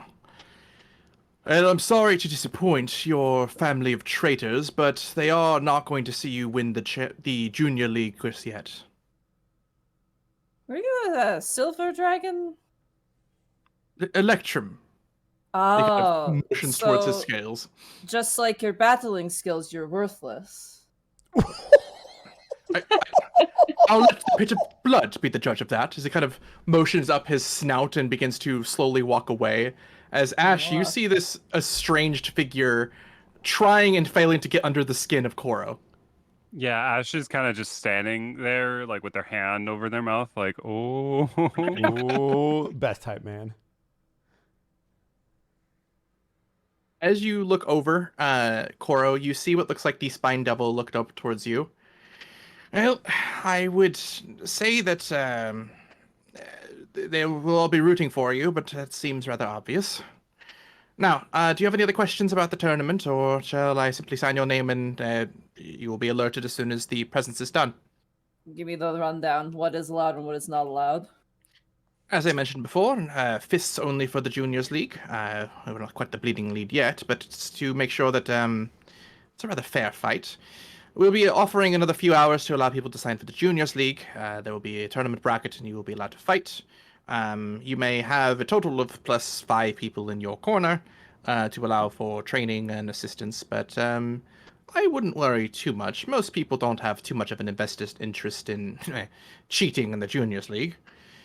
That being said, if you have any further questions about the tournament, let me know. Understood. Good to know. That being said, if you want to place any bets, or your people want to place any bets, they cannot place it on you or your opponent. However, if they want to place bets upon the Portmaster's challenge, you may absolutely do so.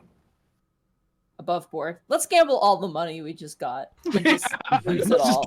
Look, 50-50. We'll bet 50 on one of Shit! them and 50 on the other. You're a Oh, man. smart person. Well, but what are you have to figure out what the odds are because you might just break even. Yeah. You can see that this spined devil seems to know a good bit about the challengers involved in all the leagues. You could ask him about the challengers if you wished, or the challenger to the Portmaster.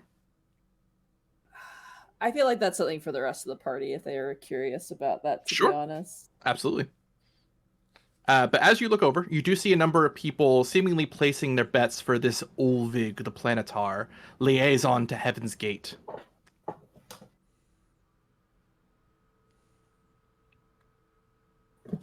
Ash is going to approach the registration table. Sure. And ask, if I give you 10 gold now, will you hold a spot for me? You see him kind of look somewhat confused. I only have 10. Can you fight? Sure. Give me I love you, Artsy, so much. persuasion. I love it. Do it. Sorry, what? I'm all about this. Either Koro or Ash, give me a persuasion. I can't believe we have a Either? triple threat match. Either of them, you could choose. You do it. You do it. I'll do it. Let's go. Nice. 17. 17. Yeah, considering there are so few people signing up yet, I will reserve it. but I must have your writing in blood that you will pay the other 5. Absolutely. He seems to hand you what looks like an incredibly sharp quill. Oh. Do I know how to use this? You've seen a number of people sign fiendish contracts before. So wait, is this like the contract from the debt collector where like it's hardcore? I have to do it, Yes. and I'm aware of that, right? Yes. Okay. Before I'll the sign it. quill hits his skin, Oh. like dramatic music plays, I go, I could just lend you 5 gold. I have 5 gold. You have 5 gold? Yeah. My parents gave me 15 I love- for me to sign up. I have 5 gold. I love this exchange so much. I mean, it's up to you if you want to pay it off. That's up to you, but I have 5 gold. Ash is just like sparkly eyes, like, will you help me? Okay, here's 5 gold. I go through my own pocket and I pull up 5 gold and I'll hand it to Ash. You see the spined devil, excited to sign a fiendish contract, get a little disappointed as he takes the 15 gold. Sorry, cousin. Last time we did this the other day, it ended very poorly for us. As you must be careful with fiendish contracts, of course. Very well, our spot is reserved. I will say Evis +1 on the day of the tournament, which is still subject to change pending on the portmaster's availability. We will let you know. Bring the person that you're planning on fighting here to sign in properly. Right. Wait, I have to bring the person. Wait, above what? I have to bring the person I'm fighting? Ash said specifically they want to reserve a spot. I wasn't sure if it was for Ash or if it was for another person. Oh, for me to fight. I want Oh, for Ash to fight. Okay, then yeah, you signed yeah. It was more just I only had 10 above board. My plan Fair was enough. to run back That makes and be sense. like, Kanato, give me 5 gold. Oh, yeah, my so- friend who lost your house at home. Give me money. By the way, I just want to say, if we end up having to fight each other, I'm gonna kick your ass. I'm sorry. So excited. It's going to be a triple threat match. It's fine. With that being now signed there and the 15 gold being exchanged in addition, it seems like your business here at the Pit of Blood is concluded. Do you want to both head back towards Koro's home? I think we should go to the temple and tell our friends what we're up to, because this is tonight, right? No, the tournament isn't going to be available until seemingly the portmaster is ready. So it's just you're just reserving the Gotcha. spot. Okay, gotcha. So I it They could guess, know be that we yeah. were going many days. It could be a few weeks. You don't know. Then yeah, I guess just head home and go to sleep. Okay. Meet up with Nighttime. y'all. As it is now night and you see the sigils of stars up on the cave ceiling, all of you arriving towards the Evis home at varying times, that is where we're going to take our break. Oh, nice. Halftime show. Woo. What up, y'all? Which means now I get to eat. That's true. You get now you might get food. So much typing, so much lore, and Sorry Yeah. if you hear a lot of smacking. Goblin is playing. Yeah, I try, especially because I'm hosting everything. I try to turn down my volume when I go clickety clack. Also, heiromir, thank you for the 5 tier 1 subs. Appreciate that.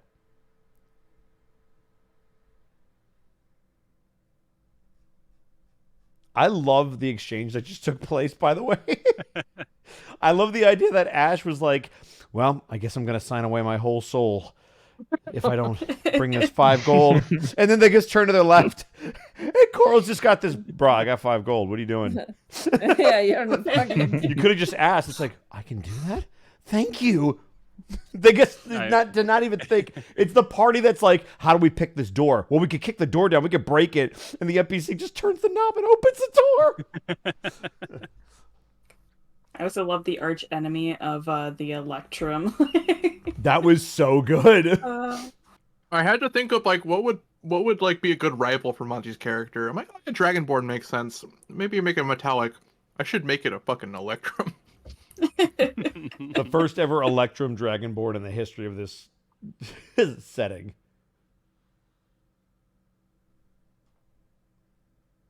So is this the villain origin story where Koro fights in the tournament and then they try to fight for the honor of their friends, and when they lose, they turn into like the big bad evil guy? It depends. Is Monty gonna let Koro lose to an Electrum Dragonborn? I don't know. Motherfucker's gonna cheat. I can already sense it. Oh man. I might not be able to stop him from cheating, but I can stand there and intimidate him if it makes you feel Listen. better. You sure can. If I was there, I would have signed up for the tournament 100%. Yeah. So above table, I genuinely did not think about the fact that I might have to fight Koro as well. But the best part is that but I neither like would that Ash. even better. No matter who It's you even better. fight, I can't foresee this going well if you can't use magic. But you know what? It's going to be entertaining. If Kunano entered, it would be a moral dilemma of like, my friend just lost everything. Am I gonna really kick his ass in front of everybody in my entire town? But I've been dreaming of this tournament for my entire life, and the only way of winning is if I beat everybody. Ash, I'm sorry you're in the dirt. You've made your choice to live with it. You're gonna have to take this. Well, I was about to live with that contract, so this is a lot better. There's a lot going on. Oh my gosh. All right, I'm gonna BRB 2-3 minutes, and then I'll be back. Yep. Get foods, water, stretches. I'm trying to inhale my food. Okay. Bathroom break. BRB.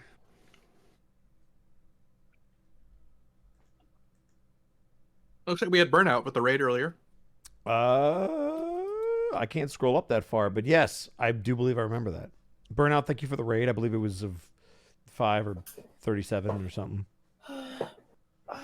There was a number 300, between yeah. 1 and infinity. True.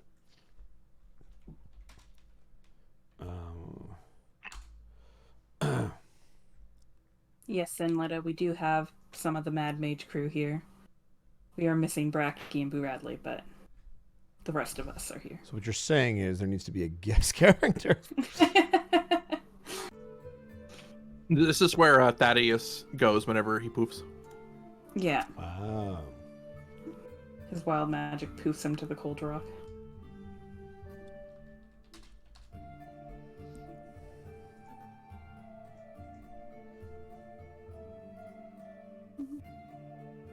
I loved how when you started this session, you started with the really calm music right after the last session. And it really was like, oh, you mean it kind of feels like we didn't just leave off at a burning house.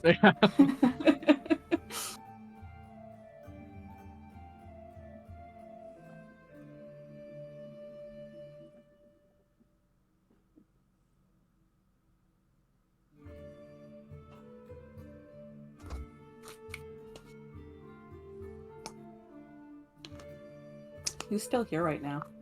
I am still here. I'm always here. It's the halftime show. I can't leave. I'm inhaling food at the speed It's of true. sound. Got places to go, gotta follow your rainbow. Dude, such a good song.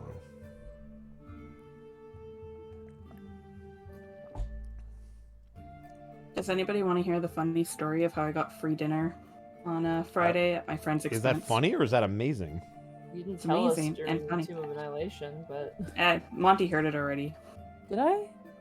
Well, okay, maybe you didn't hear it. I did talk about it on Saturday, but you might not have been there. I think I stepped out. Yeah. Yeah, I'm trying to think. I had dinner with my goth friend, who's very goth. Not your goth friend, a different goth friend. Thank you. And, Thank you for the clarification. Yeah, and we finished dinner. We finished our drinks, and a guy came up who was very clearly into goths, and he was trying to hit on my friend, and in the process, went to shake her hand and knocked her entire glass of water all over her and into her lap and all over her chest, and ended up buying dinner for both of us. Oh, snap. Whoa. And he never got the number. Very nice. And his entire table of friends was like right next to us. And they were all just like, good first impression, dude. You did well for like a solid minute. And I was laughing so hard, I just kind of looked at him and I said, you tried. You tried.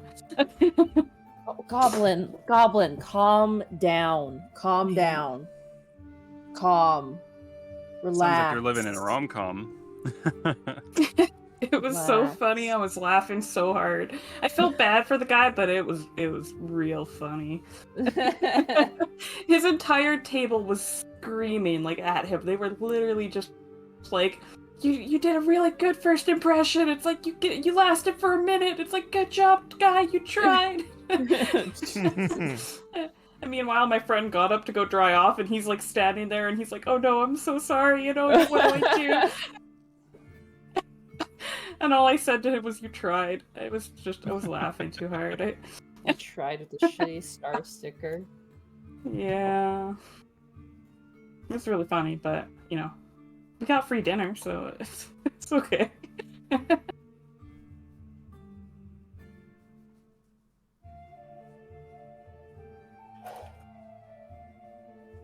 All right, burrito inhaled. I am good to go.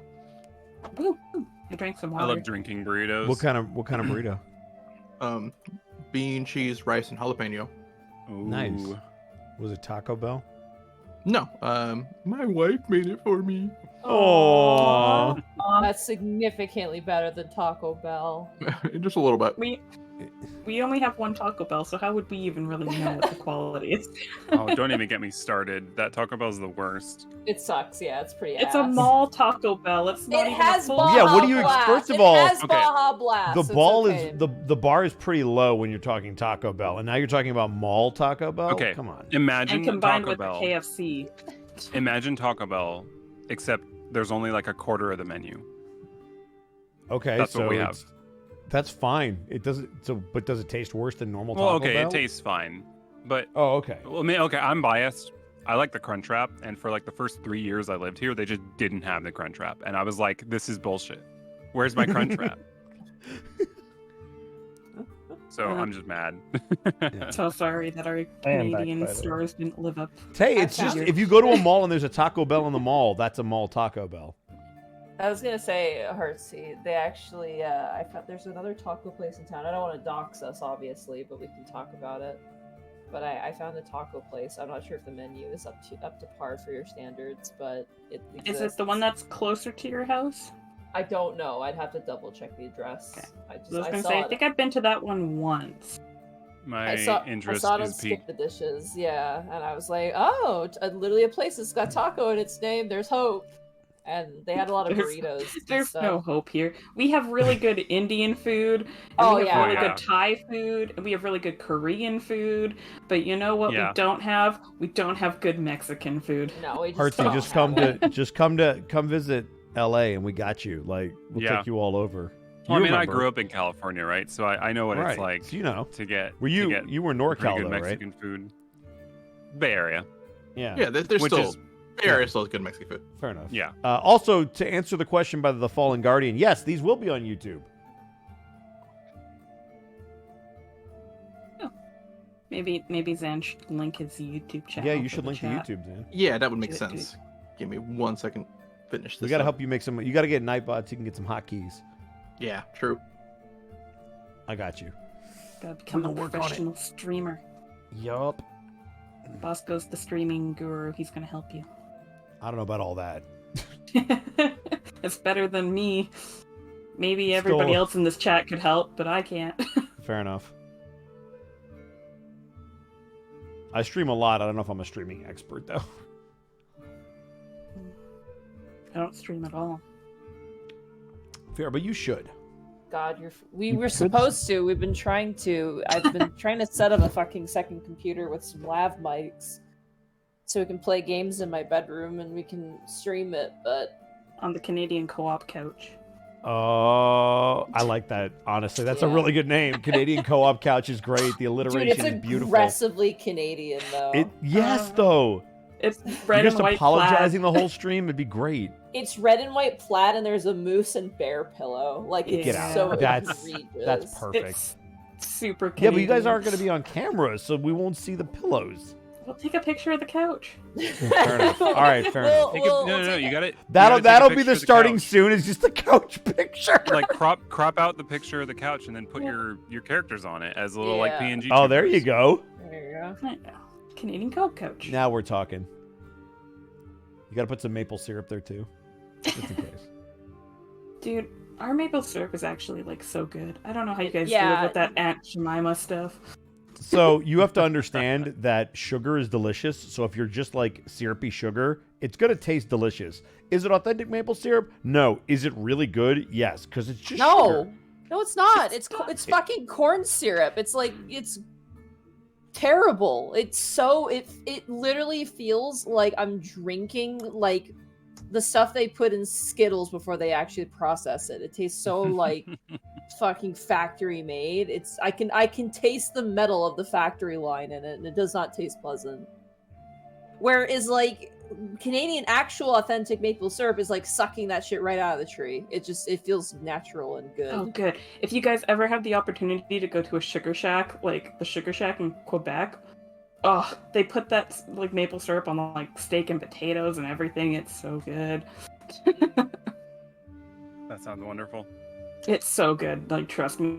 I went there. We did the traditional, like, you put the maple syrup on snow and you roll it up on the popsicle stick. Nice.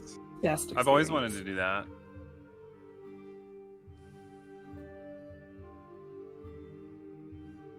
I want to do the thing where they have like the maple syrup you put on the snow and then you roll it up and eat it off of a stick.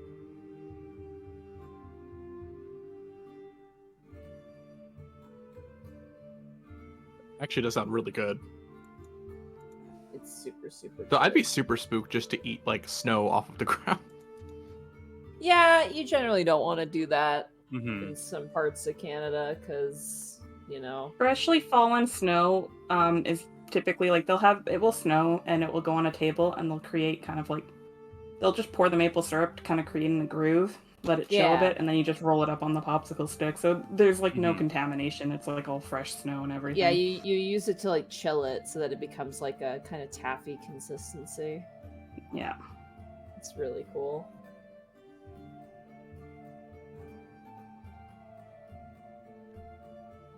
Maybe just check the air quality before you eat the fresh snow.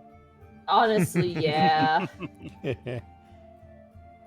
Well, so there is the link to the first episode if you guys want. Hey, there's the YouTube. Yeah, a lot of people asking for VODs. They're like, where's the VODs? And I'm like,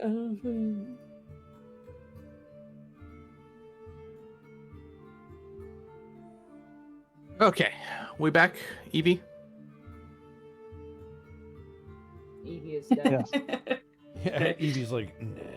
I pressed the unmute button and then waited for 5 seconds and I heard it unmute. Goblin. Oh no. Goblin. Woblin, honey. You are very cute, but you're also a little shit. As Mood. every cat Instant should be. clicking on, Okay. You good? Are you tired? You want to lie down? Or are you still... Shay, stop fighting with the chat, and by that I mean Mark. I was fighting with Mark. Yeah, I was going to say specifically Mark. Yeah. I love the, I You know love what? the In that case, context. keep fighting with him because he deserves it.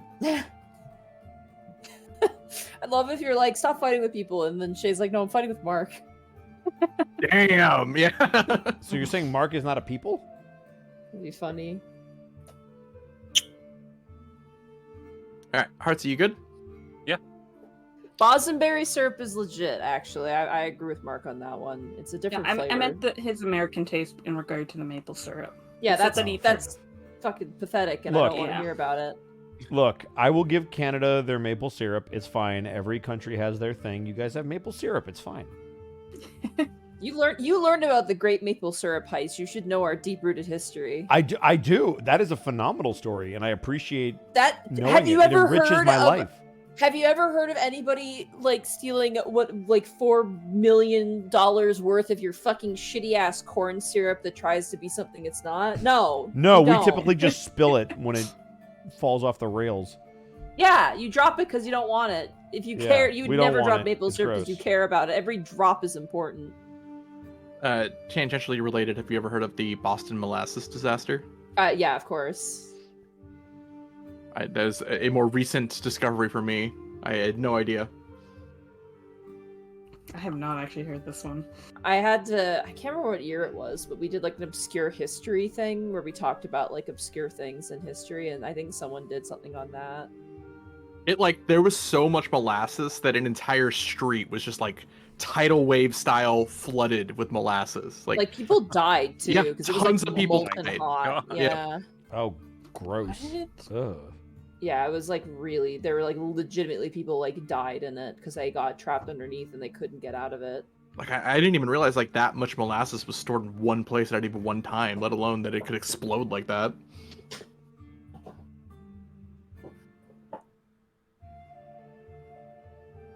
Well then, now that we're on that note. Yeah, There no, aren't, there aren't any mo- molasses factories on Cold Rock, right? So yeah, Jesus, that's the real final boss. Someone says we have so much corn here, Monty. What are we supposed to use it for? Fucking grow other crops. nah, that doesn't make any sense. Or You just like tell eat me- the corn. Doesn't even like corn. Consume corn. Yeah. Put butter on it. Consume. It's good. All right, I think with that we will get started back in. Let me change the music up real quick.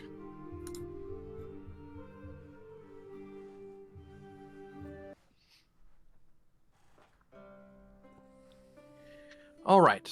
Arriving back at Koro's home, you do, I would imagine, help clean the remnants of the dishes and large feast, but it is a relatively easy affair with all the hands that are there. Kind of taking time to collect yourselves and all your friends now gathered in. Would anyone like to have a scene here, or do we want to move on into kind of the resting part? Do you guys want to let us know about the tournament? Because we don't know. The three of us wouldn't have any idea that they signed up for that. Ash is just like airboxing kind of off to the side. Is he sick? Ash, are you? Yes, he's very ill. He's ill with a fight fever. I say dramatically. Are you training for a fight? Or... Yes, we are. The blood pit, it's what they're called. It is a fighting pit where those of martial prowess can practice and make money.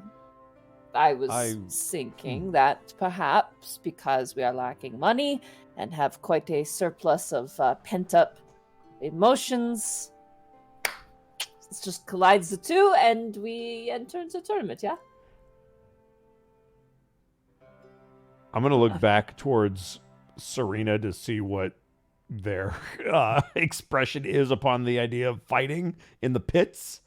I'm looking at Ash, and it's like my brain is trying to process the idea of him boxing or somebody, and like I can't.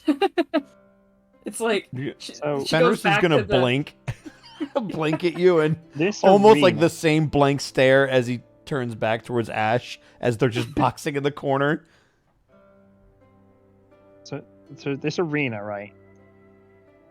What are the rules? Ash No, is, man. Ash is gonna like airbox one fist out and like hold the pose. Look over here. I can't cast any spells. Are you sure you were not So- sick? If we enter, Yes. meaning me, Yes. could I bite people? Yeah. I'm in. Fighting's allowed, right? Because I asked for all the rules and Biting's stuff. claws, yep, tail attacks, anything that you got, as long as it's not a I'm weapon. in. Any I'm so sin- in. It is a 15 gold buy-in, though. And the more people that sign up, the more chances you have to fight each other. Yeah. I like how you haven't told us that part yet. Kanato, Well- I'm not gonna lie, you've had the rough week. If we end up fighting each other, I'm going to kick your tiny little feather duster ass, okay? That's fine. I just want to bite someone. I've never been allowed to do that. I was under the impression that biting was my thing. By the I mean, way, I've got Serena, I don't want to, put the cart before the horse, but you are a rather impressive woman. And I feel like, at the very least, you would get a crowd favorite attention. Of what sort of attention? Okay, but you can't bite me. Yeah, you Turn to might. look at you. If we fight, no. I'm calling a house rule. No. This is a Kunato exclusive bite clause.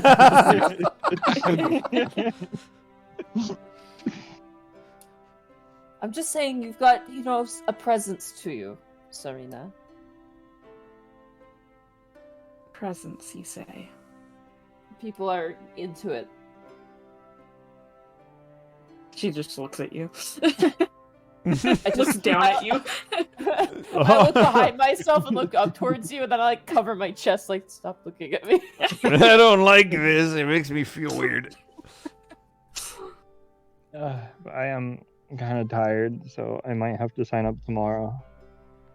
Didn't they say there was only a few hours left? To sign up? No. Zan above game. How Okay, well, How much time do we have to sign up? Is it just today? It's as soon as the spots fill up, which to Koro, you remember there were very few people who signed up for the Juniors League thus far. Yeah. That being said, there was kind of an excitement to rush there to make sure that the spot was for sure filled. It's first come, first serve, so. Ugh.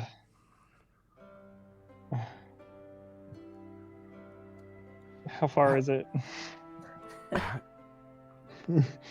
I'll make you a deal, Kanator. I'll carry you if you would like. Yeah. No, what do you want to do? Would Kanator like uppies? Is that what we're... All right, here we go. I'm gonna pick him up, and I won't carry him like a football, but I'll like let him sit on my shoulder if I'm big enough. There's nothing wrong with the football carry. No, but at least he can like hang onto my neck and just kind of sit there. I could do the underarm sling where he just kind of hangs off of my arm underneath my... Like a newborn babe. This is my child. Don't ask. You see, Koro, your father, seem to walk into the room. If they are all going to sign up together, then perhaps you can make a group of it, if you wish. I look towards my companions and do like a pose. It has been done Yeah. before. The groups tend to muster together in these throngs of combat within the Pit of Blood. It's been some time, but I imagine it would excite the Juniors League a bit more if that was the stipulation. Yeah. I turn again to look Let's at the two do it. sorcerers. I will fund this right now. I have a pouch for my estate I have that I will investment use to money. battle in the blood pit with no match. We're, This is a terrible idea. I'm in. Koro? I'm very in. Koro, is this something you want? Yeah, it's my friends. Very well. He seems to motion over towards what looks like the large desk where he keeps most of the money. Take what you need. I'll take another shift at the trash factory. I love you, Dad. I'm just gonna look at Koro again. Your dad is so cool. Yeah, he's pretty cool. well, we should make sure we get our spot. Yeah. I take what is it? It's 15 gold per person. So that would Goblin, my face, Goblin. So yeah, that would be Be 45 gold if there's 40, three people to pay for one. 45 more. Yeah, 45. Okay, sick. I'll grab 45 gold then, and I will rush and register the rest of the party. I'm assuming you're all going with them. I'm Yeah. like passing out. on the Okay, way you're staying there. Fair enough. As you all arrive back at the Pit of Blood, you see the same again spine double seemingly sitting there, somewhat just kind of resting as the crowd to sign up for the Bleeding League has mostly died down at this point. One day I'm going to be a fighter in the big leagues. Well, if anything like your father, I'm sure that will be true. These are looks like more friends of yours. Yeah. Come to place a bet. I just literally step aside and just like Will Smith, like arms extend towards Serena. I take a step forward. I believe we are here to sign up for a group battle. Group battle? Hasn't been one of those in many years. Of course, that will mean that the Dragonborn will have to find 4 others to fight with. Oh, that will anger him so. That'll be fun to see. Oh no, Hey, well. nightmare. Does he not have any friends? What a loser. Well, if he can't fit the stipulation, then it'll of course be forfeit, but we can see what we can do to promote this fight. Feel free to sign in, but unfortunately it still will be 15 gold a person. Gotcha. I slap down the 45 gold. Well, sign your names, and when you're ready, close to the day, you may form a team name, I suppose. Why do we require a name? That's just easier for identification. Do we not already have names? Koro, have these people not seen an arena fight? No, this will be their first time right in the arena, isn't that? Isn't that nuts? Indeed. But you see, I don't believe I've got your name. He kind of looks up towards you, Serena. I'm not certain, since you've never done this before, but it's not just a fight. It's a spectacle of the matter. It's the thrill of combat, the story told between locked combatants doing their best to defeat one another. And so, no, it's not... how do I describe it? It's more the money that you're putting in will assist with us creating a grand spectacle for people. As you can understand, tensions have been rather high, and this is a good way to blow off steam.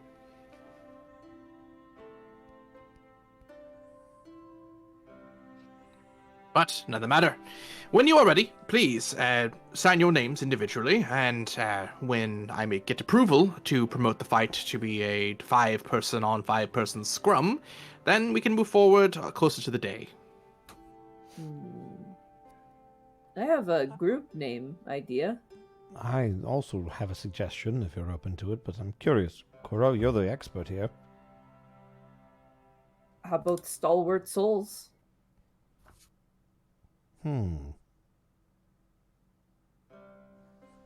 Mine was a bit more sentimental. That's actually pretty clever. Yeah, I like it. But let's hear their other options. I was just thinking, since, it's a fight and we're all coming together for a common cause, I thought maybe something like the Gizmos. Pay tribute. Stalwart Souls it is! Well, I'll try it. I thought that was good. It rolls off the tongue. See, Koro, this is why you will do well within the Pit of Blood. You understand that there's a certain flavor to everything that's being said and done. Je ne sais quoi. Yes, I didn't speak Infernal for their sake, but yes. Yes. Surely French is the language of the Yes. Well, it's either French or German. It's one of the two. Oh my god. You see the spined devil bookie kind of looking up. Oh, this is exciting. Now, to write a letter to this Dragonborn, to whom it may concern. Hopefully you have friends. He seems to kind of go into kind of making a mocking letter. Can you line the line hopeful 3 times, please? Ooh, that's a good idea. All right, with your business here at the Pit of Blood now concluded, where would you guys like to go now? Above board, we have to wait Sleep. for this fight to happen, so what the fuck should we do until then? We should Just, probably like, sleep. It's late. I guess. But, Maybe we could strategize, like how we're gonna work together, because Maybe. a few of us are limited. That's true.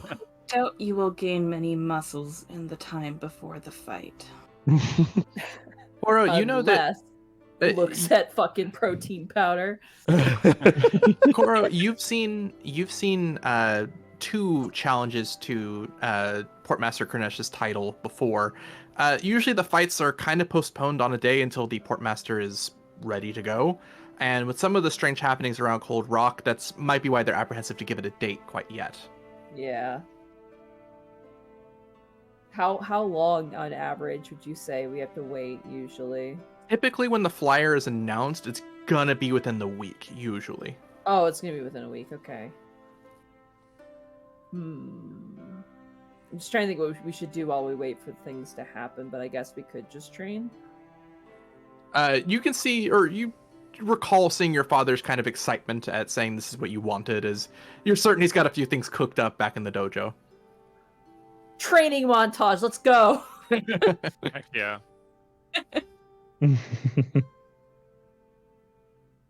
As you take a few steps in through the banner hands, all of you begin to hear something almost hissing, echoing over the ceiling.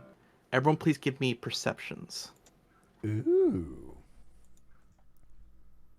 And this is hearing based, right? He is hearing based. Haha. Oh my god, the fabled most sacred of Connor numbers, 21. Oh, 21. Oh, 14. my gosh. Wait, I got Ash, as well as Koro, as well as Serena in this case, you all three of you hear what sounds like a strange, almost burning sound that you remember hearing before the explosion went off in the crater in the cups. Oh, It seems to echo through, much louder but far more distant, as all of you then hear explosions from somewhere in the Cups district, multiple of them. I kind of grip my feet and I turn to my commands and go like, is everyone okay? I'm getting a weird sense of deja vu. Where? Yes. I didn't hear it. You see it. you all heard the explosions. Oh, It's we just heard it, that we just I didn't see it. The people who passed heard the strange burning noise beforehand. The rest of you, Got you it. just hear what sounds like a massive series of explosions. As very quickly, Koro, you realize that the Cups district is almost on the border of where your home is. Oh, top- not my house! Fuck Oh off, Sam! no! On top of that, you're now seeing what looks like a massive number of guards beginning to form en masse in the streets to try and rush towards the Cups district. Not my Question for you coffin above. again. Question for you above game, Zan. You said this was similar to the explosion we heard with the bomb that Conatos was near, right? Correct. Knowing that we also heard that the Eternal Fleet was heading to Dauntus, would I have any idea whether or not they would have to pass Cold Rock to get there? Dauntus is on the other side, so it's some significant form away. It would be a shock if they managed to get that far past Dauntus to Cold Rock. Got it. Okay, so this is something else. I am running because my family. Yeah, is Fenris is nearby. going to start sprinting regardless. Ash You- will follow. Continue to run until you breach the corner around to the Evis estate, where you find it unharmed. Oh, thank God. Ooh. As you rush into the door, Keep I going. assume rush towards the door, you see the door is open. You see what appears to be the Evis parents seemingly gathering their effects as a number of guards, not only of orcs, but of also Abishai of various colors, begin to close off the Cups district. Shit. I'm gonna run, open because this is a multi-storied house, right? Yeah. I'm going to the top floor, and I'm gonna open up the window, and I'm gonna parkour my way to the top to get a vantage point. As you move over to get a vantage point into the Cups, please give me a perception. You got it. Come on, Monty. This is the first character I've ever played who doesn't have a perception proficiency. Uh-oh. But That's all I right. still get the legendary 21. Nice. Koro, as you look out over the homes near your home into the Cups district, you see not only on the ground, but on multiple areas of the wall and ceiling, massive dome-like craters similar to what you found recently exploded. You see, again, a number of very highly trained and organized orcs and Abishai of various colors running in to try and quell whatever damages was done, but it seems like fires are now catching within the Cups district. I'm gonna immediately go back into the building and explain what I see. 2 craters like the one we saw the other day. The fires are burning. They're trying to quell them, but they're large. They need to know what that stuff is if they don't already. Oh.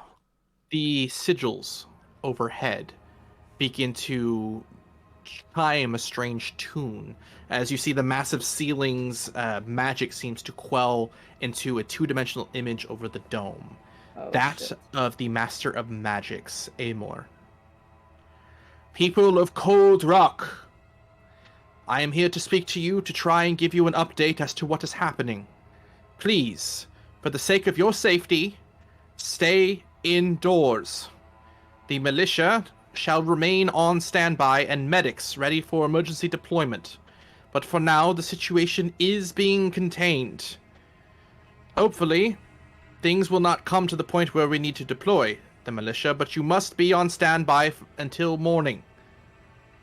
This being said, there is a massive number of undead presences within the Cups district. We urge you to be ready, keep your doors locked and closed, and to not invite anyone that is not a member of the militia nor soldiers of Cold Rock into your home until the matter is contained.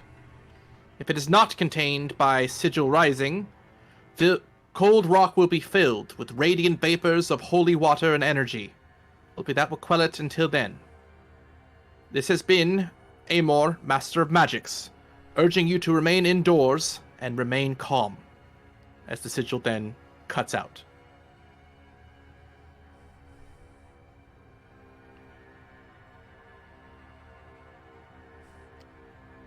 Fenris is just going to ball up his hand into a fist. You then, Kanato, feel a strange twinge at the sides of your temples. Please give me a wisdom saving throw. No.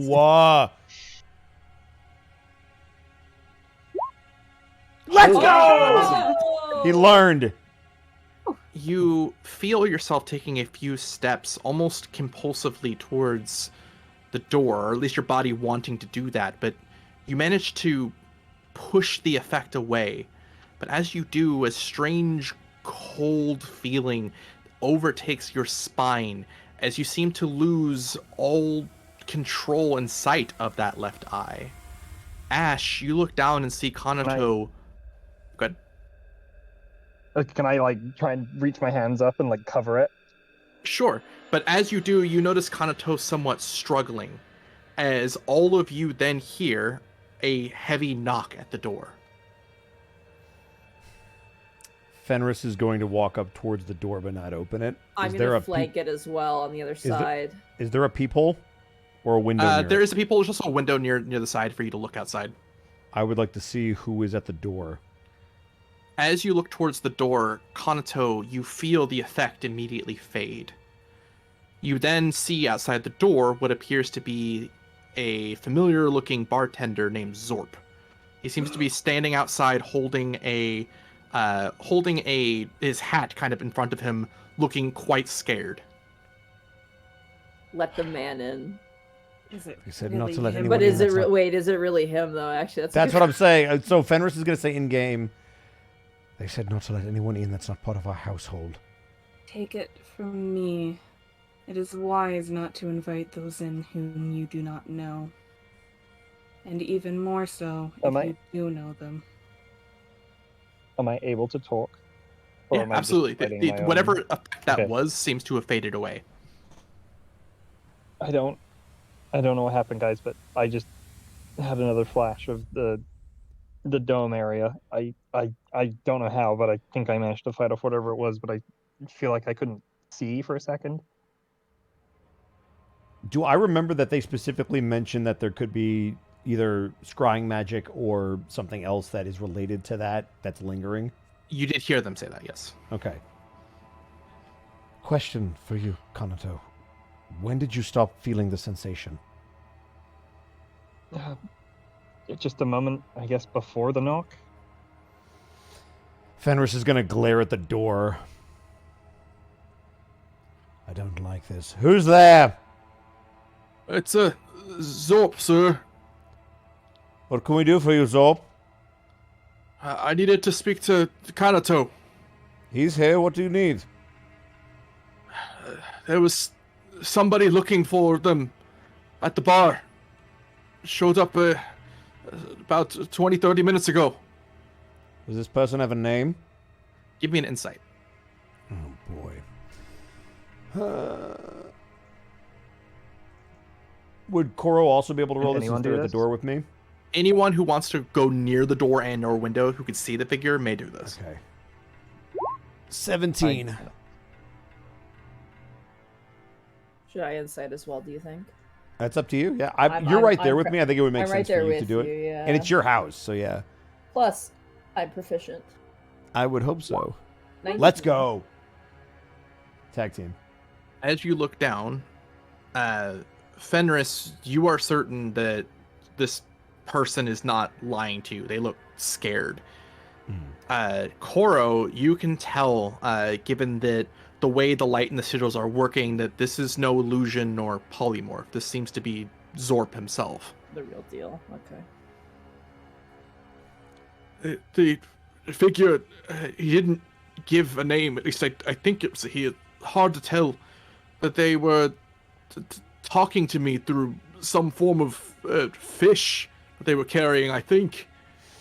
Asked a bunch of questions Fish? about... Yes, I don't know how else to describe it. Nothing like I've ever seen, and I've been living in Cold Rock my whole life. But the figure kept asking where to find Kanato now, and I didn't know what to say. I didn't say anything. I didn't give him any information, but I kind of pieced two and two together to find you, so they might be able to find you as well. Here. Above board. Fucking incredible. Okay. There's the figure itself. It was rather tall, had one large eye. Like I said, it couldn't really speak too well into it as it was speaking into another creature to talk to me. They said if they couldn't find Kanato, that more people would die. There would be more danger. I didn't know what to bring about it or how to bring it up, but then I heard the explosions and showed up here right away. Did this figure tell you where to find them if you had any information? They said if I saw Kanato again to send them towards the Goal Gate by themselves. That's all they said. I wish I could be more help. I'm so tired. I don't want to go. I don't blame you. It's all right. We appreciate this, but you should probably get to safety. What you are? He kind of gives you nods and begins to walk back towards the Markets 3. You Fenris is see... going to take a long look at Koro. You see just Kalani, exhale. who is seemingly listening in from the kitchen.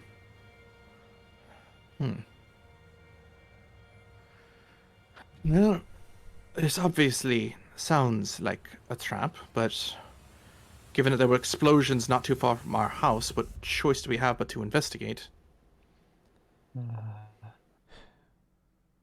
How are you feeling, Kanato? Tired, but should we? I don't You look want out- them coming here. You look I'm outside. home. You look outside the Yeah. window and you see more soldiers moving into the Cups district. If all of Let's this do is it. related to Kanato somehow, maybe they'll have information, but we should be ready for a fight. I don't care if they want Kanato to go alone. They won't get that. But if they want information, then at the very least, you might be able to get the answers from them. I don't think any of us are letting Kanato go anywhere alone, especially now. Not without a fucking fight, I say as I crack my knuckles. Ow. What say you, Serena? Ash? I think it goes without saying that we should all go along. Yep, You see- I'm with you. You see sigils outside indicating that medics need to be on standby, as you get the feeling that there are casualties being found. If we're going to do this sooner rather than later, it's better. We got to go now. Mom, love you. I love you as well. She kind of moves to kiss you on the forehead, Koro. Not for my cool friends. We're gonna go. Fenris is going to chuckle a little bit and then open the door. If you are going to go find I a way to... will. Go ahead. Well, I was gonna say I'm gonna hand Fenris one of the elixirs in Ooh. case I go weird. Okay. Just like Perfect. try and force a feed at me. All right. I will mark down that I have. Koro, you and your friends look like you could potentially fight in the war. I only ask you do your best to make sure it doesn't come to that. You have my word. Koro, as you look over, you see your father in draconic form from Oh, he's here. downstairs, looking through the window, upset and angry, but focused into the Cups district, as though something has transfixed his attention. you want to gather your things and head off, or what would you guys like to do? I mean, we're all in Yeah, agreement, so I think we Fenris is have going to. to open the door and start going in that direction towards the... It was the Gold Gate? Yes, the Gold Gate. Okay. Yes, We, we're we know where going that up. is, right? To the... I'm assuming if north is up, it's to the east and south? The Gold If you Gate, yes, look is on to the the map, yeah. southeast. Yeah. I will move the map down a little bit then, just so that they can all see As it. we go to leave, I'll turn towards my father and I go, Dad, Odo? you can't see things. What's going on? That noise is not something I have heard for many years. Something sinister has come to Gold Rock, and I must be willing to defend my home. You see your father look over towards you, no longer trying to find the jest of things, nor powerful in his visage, but fearful.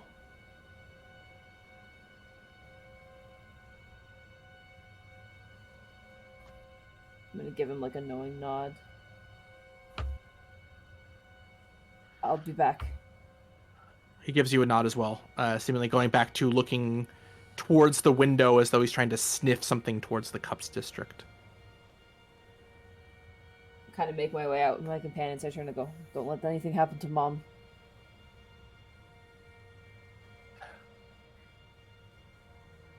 So is it... Sorry, who's all going with... I was assuming Kanato? Or... who's staying Fenris is with going to the everyone? Gold Gate, yeah. Yeah. I'll go with Kanato. Okay. I kind of assumed we were all going. I think, Yeah, I think we're all going. Yeah. Yeah. Unless there's a reason to stay behind. Nope. I I think Dad's got saying- this. Coral was saying, okay, I understood. No, Yeah. I just wanted to check on my dad because he's acting very serious. So that's Yeah, totally fair. As go. you continue to head down the pathway, you notice that there is, or from the banner hands towards the Wands district, you notice that there is next to nobody on the street. What appears to be occasional guards moving from their positions towards the Cups district is the only real sign of life that you see outside of people suspiciously and cautiously looking out their windows. You feel not only the sense of unease, but every now and then a loud popping or hissing of a flame from the Cups district, as the top of the roof is now seemingly being blocked out by smoke and ash. Jesus. Should we walk- maybe pick up the pace?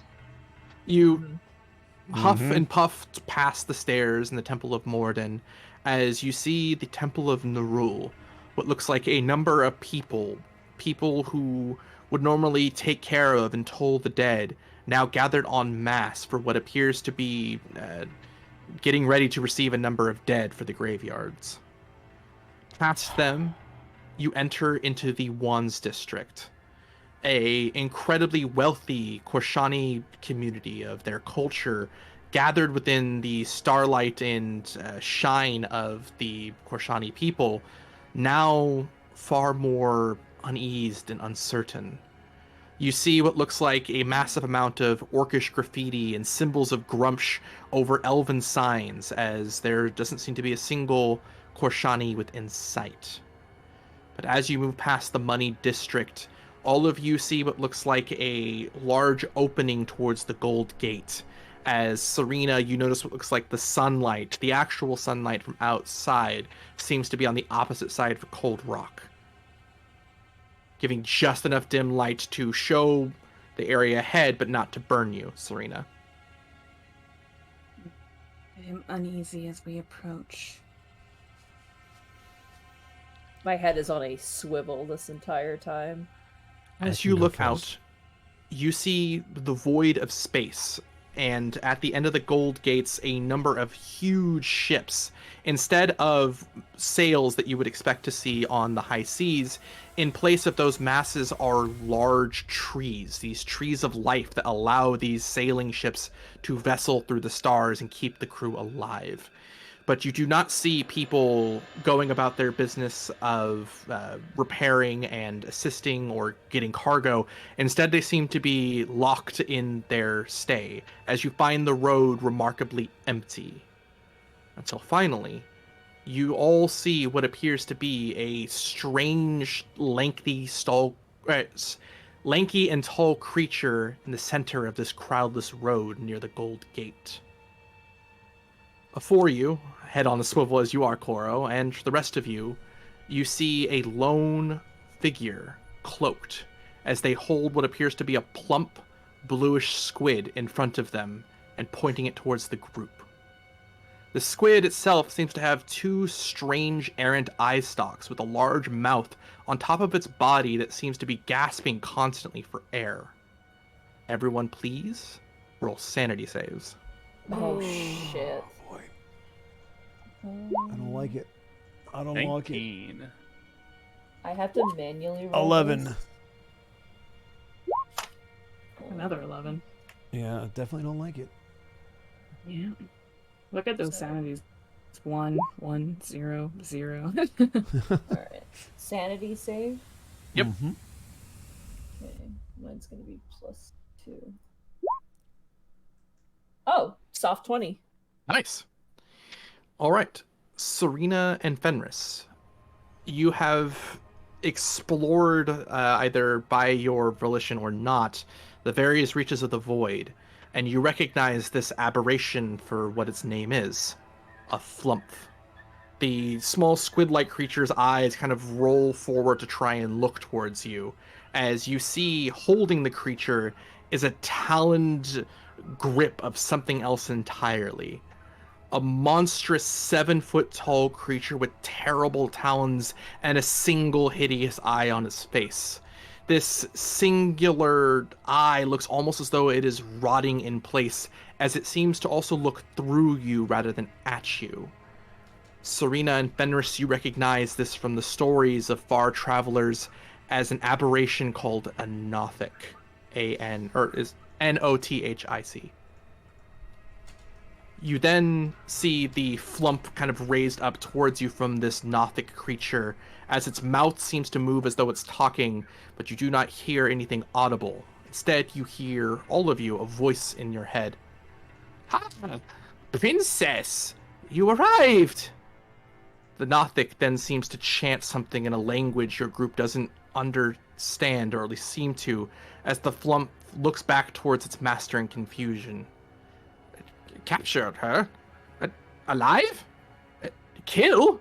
The rest? Oh no! Run!" Suddenly, all of you hear and see a number of flashes of magic, as blinking in surround, you see a number of aberrations appear in hostility. And for tonight, that is where we're going to call it. Oh shit. Boy. Yep. Apologies for the earlier session, but we are accommodating a few things behind the scenes. So, yes, that is the end of session 2. Sorry. All good. It's all good. That's really good. I wanna Oh punch boy. you. Well, Your fight time princess to is start on next. Your princess is on a different cold rock, bitch. Yeah, I was gonna say, Princess is on a different rock. I haven't read the scroll yet, so I don't even know. You Nope. know what's going on? Only Ash knows. When I first wrote Princess into the notes, I kept thinking, like, I would look back and be like, what the hell? What was our mule doing here? Oh. Oh, Just yeah, a there you word. go. Yeah. Well, Zan, that was awesome. Thank you so much for running. This Thank was a you for blast. coming out. I'm stoked for next week. It's gonna I'm be stoked good. for next week too. Yeah. Let's go around I the hope horn. the Speaking tournament of people doesn't that get canceled. We better get our deposits back if they we can't. really better get our so deposits excited back. for that tournament, dude. It's gonna be fun. Well, let's go around the horn. Heartsy, where can they find you? Twitch.tv/artsyheartsy. And that funny Twitter X, I don't know. Artsy Twitter. _Heartsy _. I do art sometimes. I stream video games sometimes. Yeah. Very nice. Monty Glue, what about you? Oh my gosh. You can find me hopefully on Wednesday running the Unexpectables. You can find me at MontyGlue on Twitter. You can find me on twitch.tv/MontyGlue, where Thursday is more Dungeons and Mad Mage as well. Unfortunately, we did not start Mass Effect today. I just did not have the energy for it.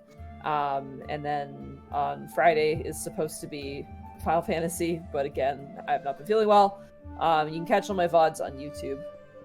So check those out if you're interested. Nice. jazz hands. How about you, Evie?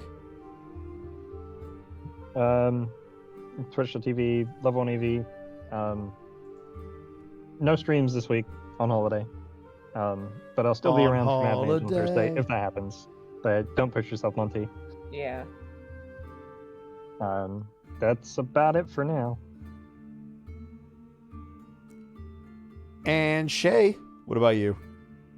Well, you can find me here on Mondays, and on Thursdays you can find me on Monty's channel there. That's about it. so soft, so small, much small. Has many licenses, but is small. My name And is last, No Attention. Fair enough. and last but certainly not least, our DM extraordinaire, Zanlo Scrim. Obviously, I can find you here. What else are you up to? I am also going to be doing MechWarrior Online tomorrow around noon for a few hours. We're going to be starting a MechWarrior 5 campaign relatively soon with some friends. You can find me Wednesday, Unexpectables. We're playing Strigol alongside fucking Kai and Edward Bosco over here, and Monty's obviously that's DMing that. Thursday, like Shay said, more Mad Mage. I'm playing a really sad boy.